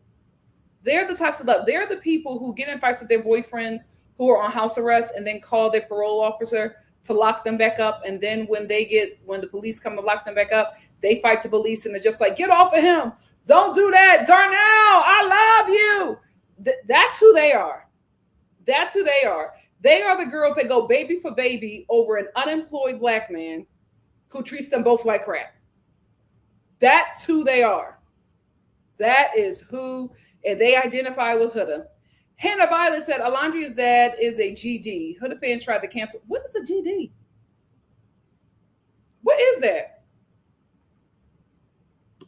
Simply Simone said, I know Peacock is going to beg the four of them to do Beyond the Villa and write the biggest checks the same way they beg PPG. The check better be big. The check better be big. All Day Finesse said, Iris said Huda low-key abused her the first 3 nights in the villa and she felt kind of threatened. Yes, Iris. Keep it going, Iris. Karen said, Lord Nikki, your sister, this reminds me of the time. Y'all will never let my little sister live that day. OMG. If y'all don't know, I was alive and my little sister burnt something in the microwave and set the microwave on fire. It was chaos. It was pure chaos. So I think so too. And I think that's good. I think he needs to have his roommates while Alondria figures out what she's going to do and let her move. You know, she'll probably move to LA with her and Shelly. And until, their men lock it down and they move and graduate into their own homes together, I think that's the best. I think that's the best. Nasby said, I love how I thought that I'd be getting some sleep now. The Love Island's over. Here I am up at the midnight with Nikki and the Star family. I lovingly blame Nicolandria and Chiles. Absolutely. Absolutely. Brittany said, Peepow Huda said she used to hang with Hannah and Pepe. She said that twice, that Pepe liked her and pulled Pepe while Hannah was with him. Alondria needs to pay attention to her behavior pattern. I think she's locked in now because she lied that entire interview. So I think Alondria gets it. Maya Papaya. Nasby said, Nick said he was joking about the little Yachty comment when it was brought up in the interview after. Yeah, he was. Oh, yeah. Al Boogie said, we knew that Nick was going to be Huda's next target the second we saw her hugged up on that man as he kissed his woman in that pool. Yep. You called it. Brittany said, we tried for dear life to get her out of the villa. The only reason why she got to stay was because people that bullied her kept her in there. I cannot wait for that reunion. You know what? I honestly think he's still following her just to have receipts. Always Price says, somebody said Helga hasn't even watched the show, just edits. I think I agree with that. I think that's exactly what's happening. Princess said, I'm glad Sierra is seething right now watching Nicolandria. That's what she gets for thinking Ola didn't stand a chance. Child. Spectator View. Sally was a runner-up on Love Island season 2. She didn't win. A black girl just seen one. She may be carrying jealousy over from that. I don't know enough about her to even, think that. I just know that she was giving me menstrual. Give Me Shelter said, Huda said she's going to make that full body transplant work for her. Come book a trial. Money well spent. I'll give her that. Money well spent. Nasby said, oh, Nikki, I've been meaning to say that I want to formally take back my benefit of the doubt statement saying that maybe Huda was... Yep. Yup, she don't have no PR team. It's just her. It's just her. Art World said after Johnny's performance in Casa, the audience was not voting for her and Johnny. Her parents wasn't feeling him. Yikes. Effie said, we stand with Shelly and Alondria, and I'm going to need Nick to stop following Huda and make his choice known. I need Nick to stop following Huda at the reunion. He's getting all the information he can get. That's what I think. Hannah said, I'm not feeling disappointed by Amaya. I saw how much she behaved like Huda, but less toxic. We'll see with the Maya Papaya. I honestly think everybody babies her because of how she acts. So we'll see. We'll see. Nasby said, my need to empathize and inadvert coddling of certain ex-friends is what led me to experiencing two Hudas in my life. May I never have another one cross my path. Child, I've been there several times. I would like to say this to you. If you have anybody in your life that is you are seeing liked examples of Huda, get away from them. Get away from them immediately. They mean you no good. No good. Sarah said Huda's TikTok account was temporarily banned for like 10 hours and then it came back. That's why Huda fans were going on attacks. Yeah, I heard that it was banned because she has a lot of false followers, but we'll see. Alexis Windsor said, Alondria is going back home tomorrow. They will reunite in a few days. Nick will be so lost until then. He better stay away from Huda because she will be circling. El Boogie said, podcasts are not hard at all. Ex-husband had one. All right. Dosby said, OMG, I feel like just as I thought Nikki should do a podcast. Nikki said, you know what? I'm going to do it. Yeah, I mean, it can't be hard. Give me Shelter said, yes, do a podcast. Record it simultaneously and upload the video 1 or 2 days after the audio or vice versa. Okay. The Watch for Crappens guy started to do that. Okay. So record it and then post it. Okay. What did you just say? Record it simultaneously and upload the video 1 or 2 days after the audio or vice versa. Gotcha. Gotcha. Okay. Who the hell is 44 and 20? What are we talking? She's 23. Y'all did not let me know I was watching The Predator. Ew.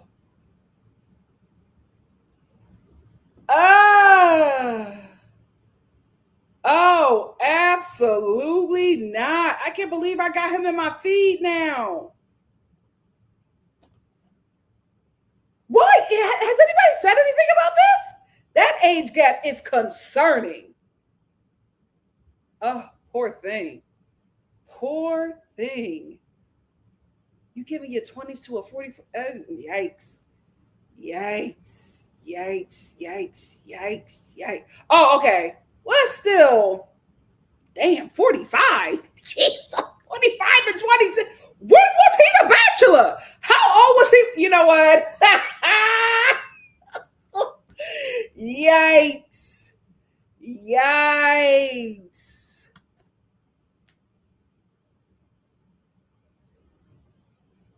Oh, 45? That's great. What woman in her 21 to 45-year-old man? And a messy, you got a messy old man? Who child? Bianca said, I'm so happy. I will say, that's a good Caucasian 45. That's a good Caucasian 45.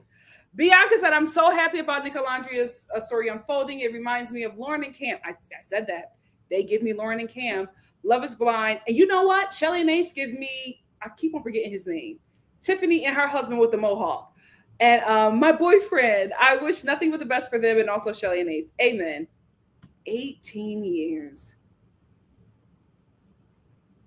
Ow! Ow!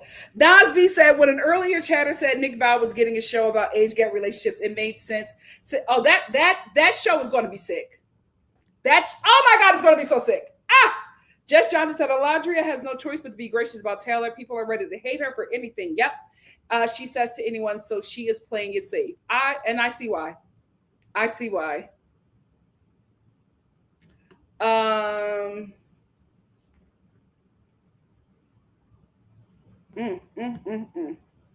I cannot believe.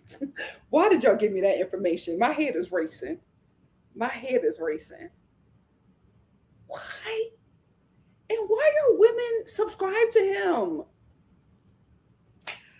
The Whitney edit said, Lord, I just saw an article that Val found his child's probably using the ill Netflix. I don't know if that's going to work. I don't know if that's going to work. Nasby said, Nick may need media training if he's going to clap back effectively. Nick sometimes is so easygoing that he doesn't fully hold people accountable. Oh, he's white. He'll be fine. He'll be fine. I think he's going to say everything that Alondria can't say. Oh, dear God, no. Jasmine said, Nick is the same person that stood on business twice when it came to getting Huda out the villa. I think, he'll be fine. He'll be fine.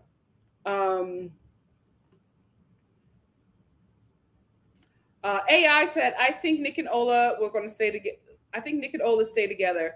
They will be the first to get married. Is anyone from season 6 married? No, not yet. But the way that Serena and Cordell was going, who knows? Who knows? Who knows? Oh, she's been dating. Good for her. I think, I think she needs to date Nick. What is she, 27? Dating for about 3 or 4 years. I would never give more than a year to a man. But I feel like when you got a man like this, you got to see it through. You got to see it through, girl. Because this is as good as it's going to get. You got to see it through. I would say get married in your 30s. No baby before because he's trying. Get married. I think a good 31. Walk down the aisle with him. Good 31. Because even if y'all get married, what? Is he 4 years younger? He'll still be in his 20s. That's okay.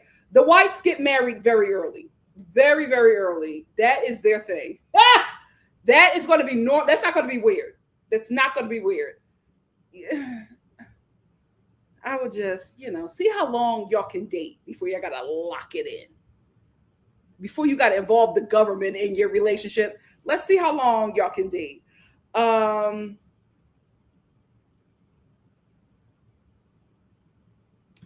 Just Shonda said Keke Palmer is supposed to Shelly and Ace, so the assumption is that those two is getting a big interview this week. We will see. I just saw them. I was so happy to see them. I'm like, they're still together. I never even watched their season. I fell in love with them through their TikTok. Yeah, so they might be the next ones, and that's good. That's good. He doesn't, but women like that will wear a man down. Women like that will wait till that man is drunk.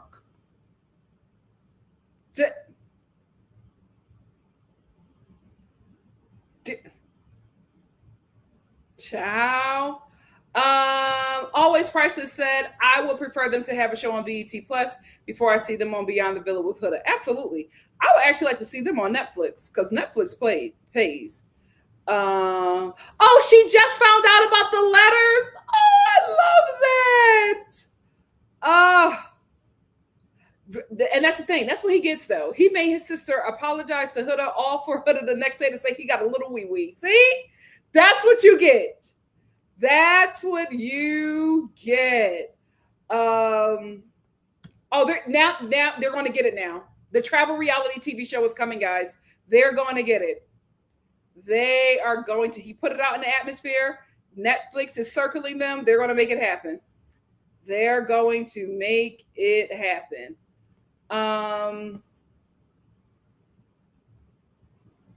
Art World said, I had a fan in my window growing up. Then we got AC window. Yeah, listen, the first time I experienced central air, I was never going back. The same way that I think my first apartment out in LA had a washer and dryer in the unit.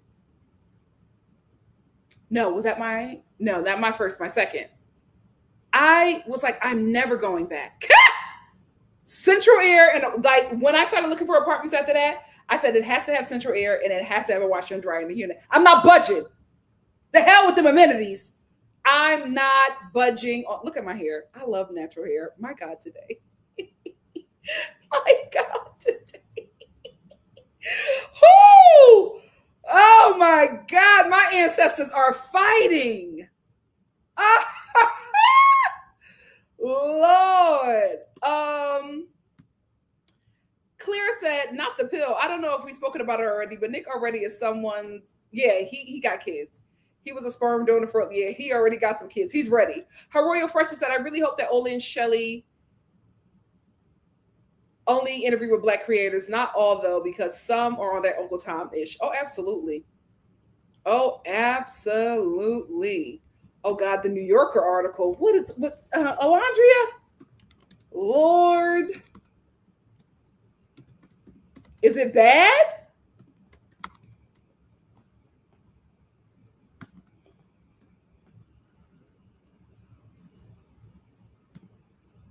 I don't see anything. I don't see anything. Oh, this is good. The trophy abs and the soul ties. Oh, but this is long. I gotta come back to this one. Oh, but this is good. Oh.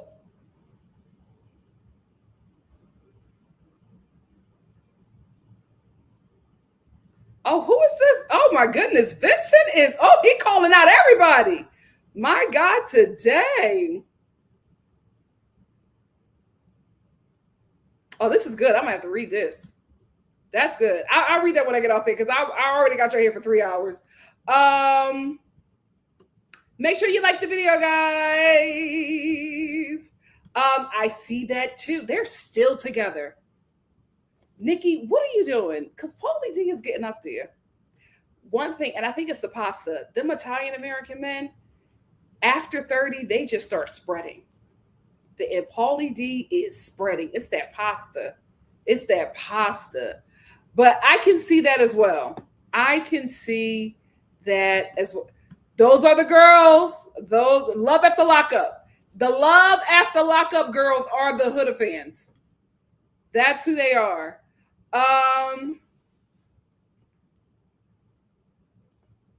Jasmine said, LMAO, Nick just said he's a big fan of baddies. Oh, Lord, he's in deep. Devonda said, if I was Alandria, I would issue a cyberbullying petition against her stands and once against Huda in LA County. We need to hold her stands accountable. Listen, I need Alandria, Shelly, and Ace need to start suing people. Gangster Disciple? Gangster Disciple Huda fan. So what is a Gangster Disciple? What is that? You know what? I don't think I want that in my feed. Let me search on private, child. Gangster Disciple? That sounds dangerous. What is a Gangster Disciple? God, how do you search? Oh, there it is.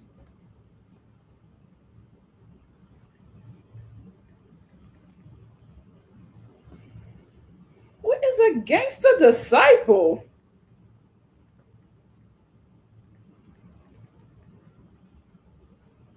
The Gangster Disciples are gangsters of a disciplined nation. He's a gang. Oh my gosh. Is a Chicago-based street and prison gang with roots in the late 1960s. It was formed through a merger of two rival gangs, the Black Disciples and the Black Gangster Disciples by David Barksdale and Larry Hoover. The gang's activities includes racketeering, drug trafficking. Oh my gosh. Oof, Lord, this is OMG. Is Larry Hoover still with us? Because I remember some people were trying to get him out of prison. Ooh, he a real gangster. Yeah, he's still with us, 74. They trying to get him out. Oh my gosh. Ooh, Lord. He's a criminal. Jesus. But she said her dad ain't in her life. Oh,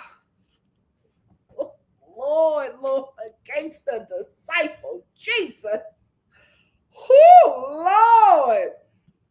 But they can get something. You know what? Never mind. Rita said, I think Nick always brings up Baby Marcel because that's when he first saw Ola's soft side. Nick also said they work well together. Yeah. He's ready. Oh my gosh, Nick, your father-in-law is a gangster disciple. Jesus. All day Finesse said unpopular opinion. I can't get over it. He's a Jesus. I actually want Sierra at the reunion. I want her to answer for all the lies she told as well. Like, here's the thing: if you're gonna have Sierra, then you gotta have Yulissa. So I don't know. I do not know. I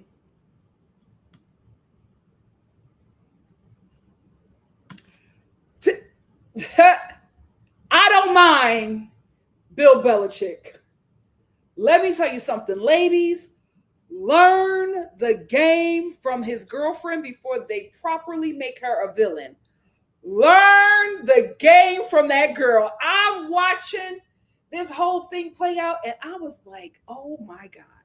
She was trained by a professional, a seasoned hoe. There's no way. The way she has come into this man's life, and she got high hands and everything.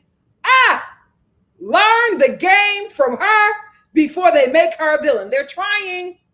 Learn the game from her and find out who taught her. My God, today.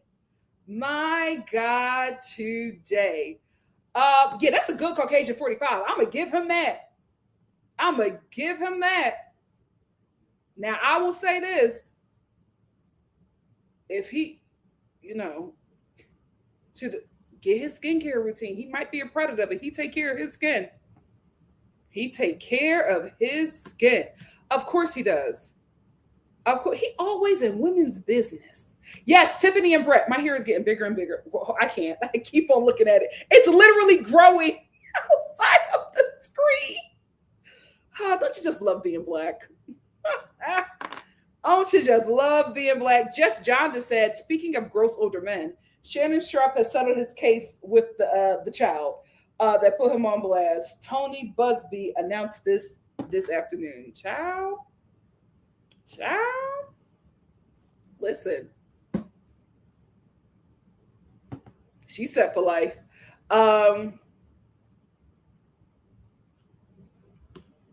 Nicole said, funny how Huda calling the girls bullies, but was trying to turn the girls against Iris, saying Iris wants a girl's girl. Child saying Iris wasn't a girl's girl. Funny. Look at this.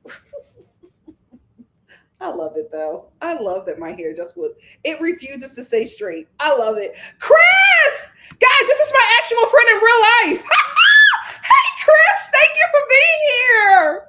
Oh my goodness, thank you for watching, Chris. I love this. Art World said, show Chris some love, guys. He's a phenomenal artist. Art World said the new Miami Housewives met her in her 20s and she was in his 50s. I was thinking gross, but I later heard she worked for his. Oh yeah, she was the ex-wife's assistant. And they all start off trying to legitimize those relationships, and we're just like, no way. No way. Hannah said NICOLANDRIA needs to date for some time, if needed, be fiance for some years. They get married in 4 years. But I don't think that they're gonna, like, if they get engaged, I don't think it's gonna be long. I want them to date for a while, but I don't know. Nick is ready to date. Lord, slow down, Savannah. Natalie said, I just saw a picture of Huda and Miguel's friend Luis from Too Hot to Handle walking in the street holding. Oh, go ahead, Huda. Go ahead. Pepe said, child, those Helga stands are nuts, talking about they ship Helga and listen. Alondria. Nasby said, while Alondria and Nick are together, I at least hope that Nick gives her spectacular. Okay. All right. I don't think she's getting 40 seconds, guys. I don't think he gives me pleaser. Nasby said, and if Sierra made Nick, okay. What is going on? Why are we getting so freaky in the chat? OMG. They are not doing that yet. AI said, where fans have shown up at the Airbnb. What? How do they even find it? Oh my gosh. She has to quit that job. She got to quit that job and chase the bag. She won't need to work ever again. She's good. She's good. Her Royal Freshness said, "Oh, and did you see where Nick X pranks? Oh, yeah, I saw that. His ex was 30. Huh? Everybody, she was trying to like get fans for that prank call, and everybody was just like, "You're 30? Why were you dating Nick?" Oh Lord, child. Jess Shonda said Luis from Too Hot to Handle is definitely only around for a good time, not a long time. He does any show willing to talk to him. She might be on Too Hot to Handle. Let's see. Who does he look like? Because I'm thinking of somebody else.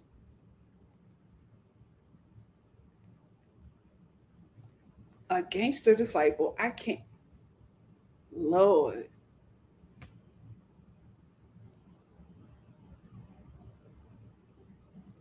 Yeah, I can see him with a hoodie. Yeah, I can see him with a hoodie. He looks like her type.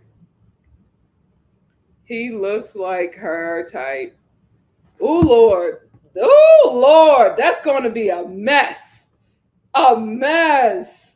Hannah said they are saying they're stalkers stalking their Airbnb. Oh, Lord. That's so sad. That's so sad.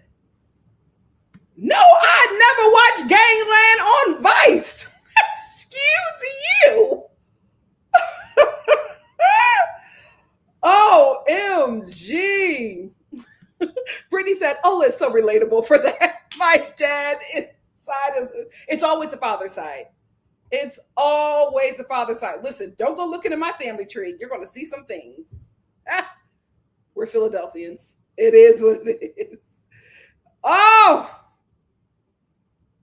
listen, you hoodlums, y'all better leave Alondria alone because she can make some stuff happen in real life." Christina said, "Wait, oh my God, I need support. I just realized that the taco I ate for later is the taco that oh my God." You might need to. There you go. There you go. Oh, wait, I saw this. Where is this comment? Jess Jonda said Larry Hoover was given a presidential. Oh. However, he still ain't going nowhere because those bodies on him are state charges. Oh, why would he pardon Larry Hoover? Well, you know, Larry Hoover could be president. He's a felon. It sounds very rich, doesn't it? Very, very, very, very rich. Springtime said Nikki Adriana posted on Instagram a post with James Charles. You're saying that influencers or billboard is so appropriate. Some of them just be doing anything. Yeah, absolutely. They're trying to stay relevant, so they have to do what they have to do. But it's like, he got pedophilia charges. Adriana. Anyway, Nasby said, "I remember when Val Files just started, and it was super annoying how he interrupted his guests. The comments are YouTube used to be inundated with mentions of how he needs to stop. No, they didn't train him to be a better host." Oh. Y'all are so filthy in these comments. Absolutely not, y'all. Absolutely not. Claire said Nick's long-term ex is also the same age as Alondria. He's always dated. No, the girl is older. The girl is older. Nas said, "I watch Val Files for his interview with Rachel Lindsay because, you know, Rachel's our girl. She spoke about her experience with him on the season of The Bachelor. And that's how he reeled in the blacks. Y'all don't need to stay with him anymore." Just Shonda said, "Alondria's bust down is so cute. She is laying across Nick's lap." What? Let me get on this live. Let me get out of here with y'all. Because we got to get on this live. El Boogie said the name says luxury. And so, yes, it's summer home in the French Riviera. You know what? Let me get on this. Let me get my super chats. And then I got to get on this live, child.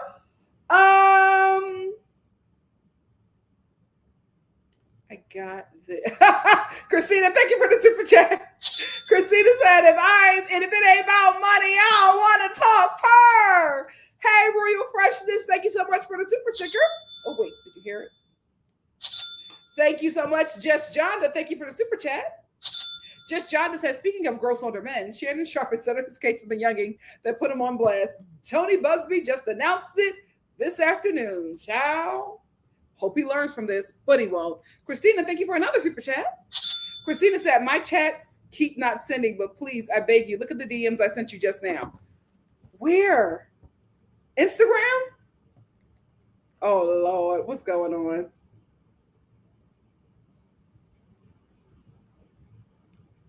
Oh, are they on Snapchat? Where are they live at? Oh, she looks so pretty.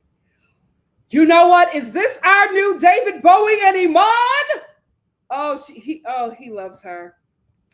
Christina's showing me. Ah! I gotta get on this live. I gotta get on this live, child. Oh, they're so cute. Oh my God, they're so cute. They're so cute.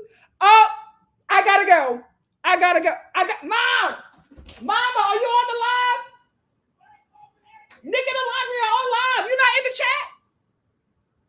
Where are they at? Is it super? Is it You know what? I need to calm down. I'm an adult. I'm a adult. Nick and Alondria are on live. On what live? I don't know. TikTok. Is it Instagram, y'all? But this is getting. I'm too grown for this. No, I can't find it on YouTube. Where they at? I was on TikTok. I need to calm down. This is too much. I'm an adult. This it? I don't know these people. Yes. Where's that at? This is their live now. Oh, they're on TikTok. Okay. Bye, y'all. I'm still gonna watch, but I need to, we're adults. We don't know these kids. We gotta get ourselves together. We can't, guys. We're adults. We're adults. Thank you so much, Christina, for sending me this. I love you guys. I will see you on Nikki and Alondria's live. Bye. Ciao.